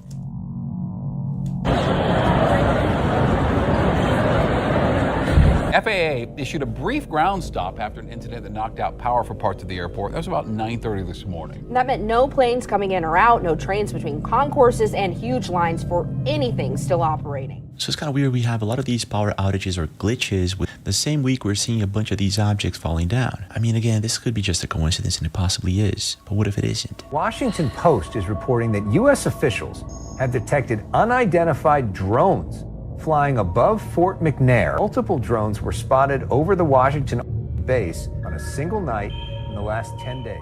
Wait a second. Past 10 days. Mystery drones are back. The same time frame we got these meteors or whatever these things are coming down. What else are we going to find in the same time frame?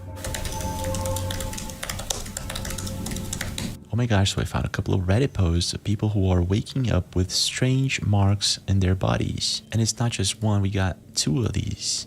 And this is basically in the same time frame we got these objects popping up and the mystery drones. And then you got this posted on March 10th by Tyler Heron. Non-stop, all day. Alarms, announcements. You can't tell me this is normal. I've been working out here for 15, 20 years, right on this stretch of 41.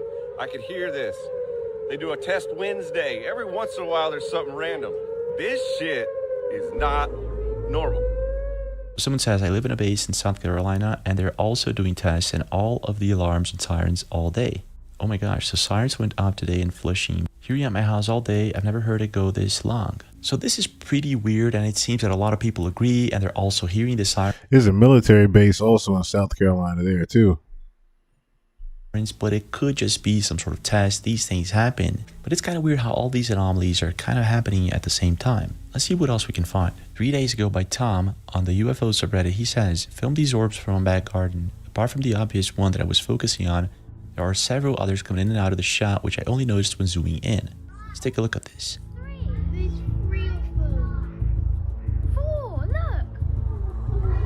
Weird. It's like a UFO. It's like a UFO. What the heck is it? Look at that. What the? Where's it coming from? Where did it go? It's gone.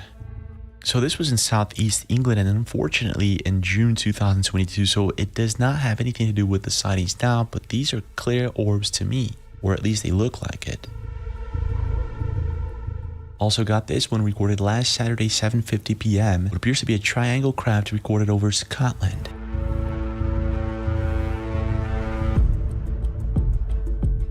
Oh wow. That's actually a clear catch.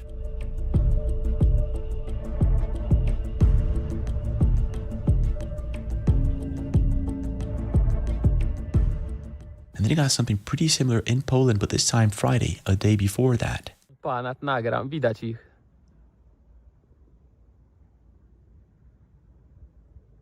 No UFO, kurwa. Co? No to nagranie widać.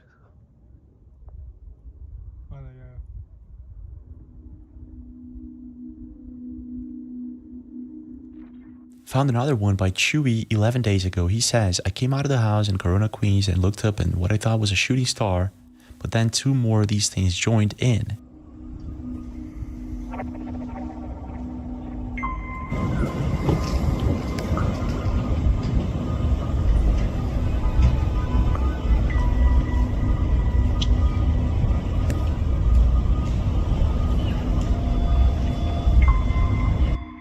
That's a good eye, Chewy. And then 7 hours ago, posted by Avenzo in Germany. Take a look at this.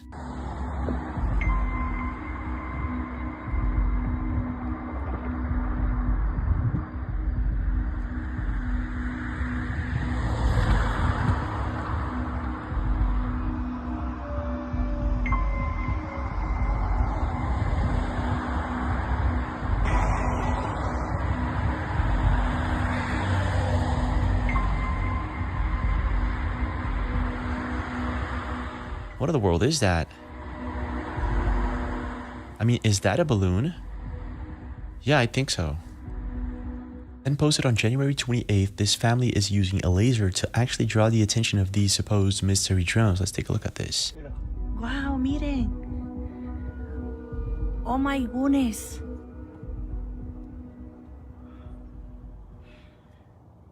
¿Otra vez? Mira, mira otra. ¿Ah? Mira. Oh my goodness. Mira, mira, mira, mira. Oh wow, there's more. Están llegando los... ¡Ay, qué montón! Qué bellezada, ¿no? Miren, forman un triángulo. Alúmbralos. Wow, mira, mira este, mira, mira, mira, mira. ¿Dónde El de acá, está? el de acá, el de acá. Este, mira. Oh my goodness. Miren. Este, mira. Están llegando ellos. Aquí hay mucha actividad de ovni. And posted by this account in Chile around the same time this all started happening.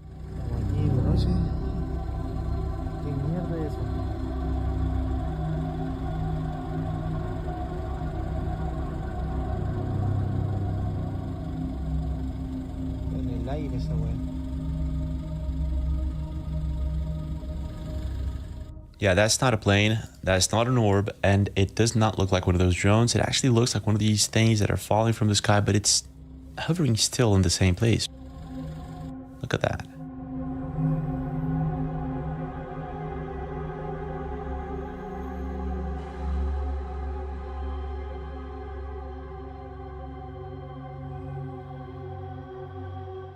Yeah, so there's a lot of sightings going on all over the world. It seems that now we're mostly seeing the orbs, and this kind of reminds me of Chris Bledsoe's predictions for April. I'm guessing we're still going to see a lot of crazy stuff going on. So someone actually mapped most of these objects or meteors falling down, and it seems it begins in March 2nd, just a bit after February 28th. So I'm guessing whatever's going on, it could be just a coincidence, but it's weird how we have a sequence of events that start February 28th, and it seems as if it's still ongoing. I'm guessing we're still going to be seeing more of these fireballs and more of these orbs. The question is it connected? Is it a coincidence? Are we talking about aliens? Is this a fake alien invasion like some believe? Or is this something else? What do you think? Leave a comment, smash that like button, subscribe to the channel with notifications. All of the above, James. That is the reason I showed that video. All of the above is starting to happen. I want to keep reiterating to you guys and keep drilling it into your heads that is really on the rise right now. Project Blue Beam is more than likely going to happen, if not by the end of this year, probably next year. But I'm guessing this year. My guess is this year, if anything. So every chance I get, I'm going to drill it into y'all heads just so y'all can mentally be prepared for what is about to come. But we had a good night tonight. This is one of the more fun episodes we have, and we just have a good time a little bit, you know. But I'm gonna get on out of here and get myself to sleep because I do have to get up early in the morning, take care of things. So I shall see you guys on the next one. I do appreciate you all. Let me see something real quick here. I'm not gonna say the name, but I always be private with this. Shout out to LB. Shout out to LB for the donation. I greatly appreciate that. Once again, if you guys would like to donate to the podcast, we do have a small $50 goal. The Cash App is Chill Murray 1. Also, if you want to do PayPal, if you don't like Cash App, the PayPal is gclassmusicgroup@gmail.com. It is pinned up there. Thank you guys so much for tuning in. Candy Candy Medina, what's going on? Not necessarily, because I'm getting out of here. But definitely hit the rewind on it. They didn't shut me down, so we do have the full Jay-Z interview up here. Shout out to Isha, so lovely as well. Candy Medina for coming in. Shout out to Malcolm for coming in. Shout out to Cha. Shout out to Grussel Merch. Shout out to Swayze World. Shout out to Art. Shout out to Chum Calm Down. Who else was up in here?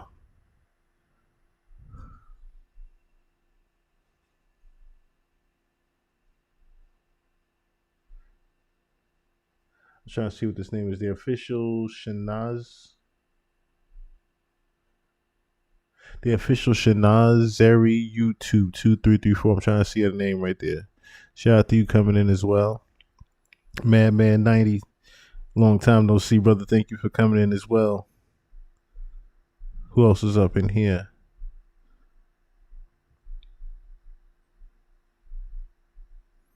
think that was, oh yeah, Too Much Reality TV and Only One Gen. Thank y'all for all tuning in. I greatly appreciate, love y'all. So we're going to get up on out of here the same way we came up on in. Always keep your head on the swivel. Fact is never motherfucking fiction. Keep your third eye open and your head on the swivel. Fact is never motherfucking fiction. Until next time. Peace.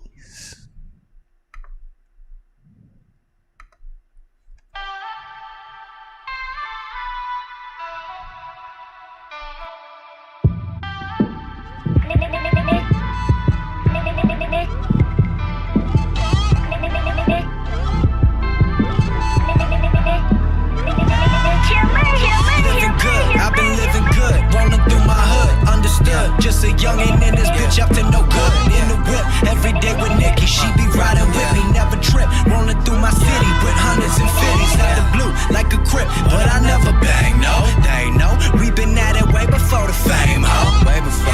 We been at it way before the fame, ho. Way before. We been at it way before the fame. Psych, take a trip, little trip. Life is what you make of it. I've been focused on this music, can't fuck with no basic bitch. Let me switch the flow up a little bit. No, I ain't just trying to hit it, get with this. Think you really bout it, but I doubt it, yes I do. Seem like all this new shit really just left over residue. I'm coming through, if I see your bitch, I bet she coming too. What it do? We ain't never switch it up, we keep it true. Out the blue, like a crib, but I never bang, no, they ain't no. We been at it way before the fame, huh? Way before the fame, huh? At it way before the fame. Way before that, way before that fame.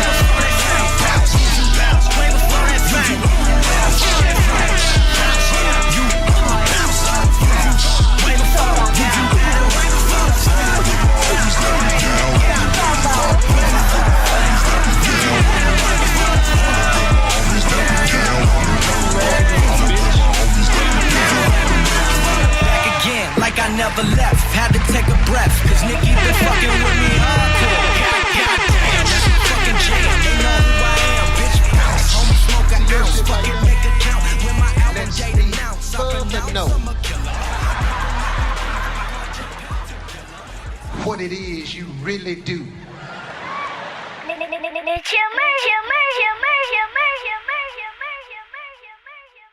Bullshit. A bullshit. A bullshit. A bullshit. Ladies and gentlemen, we got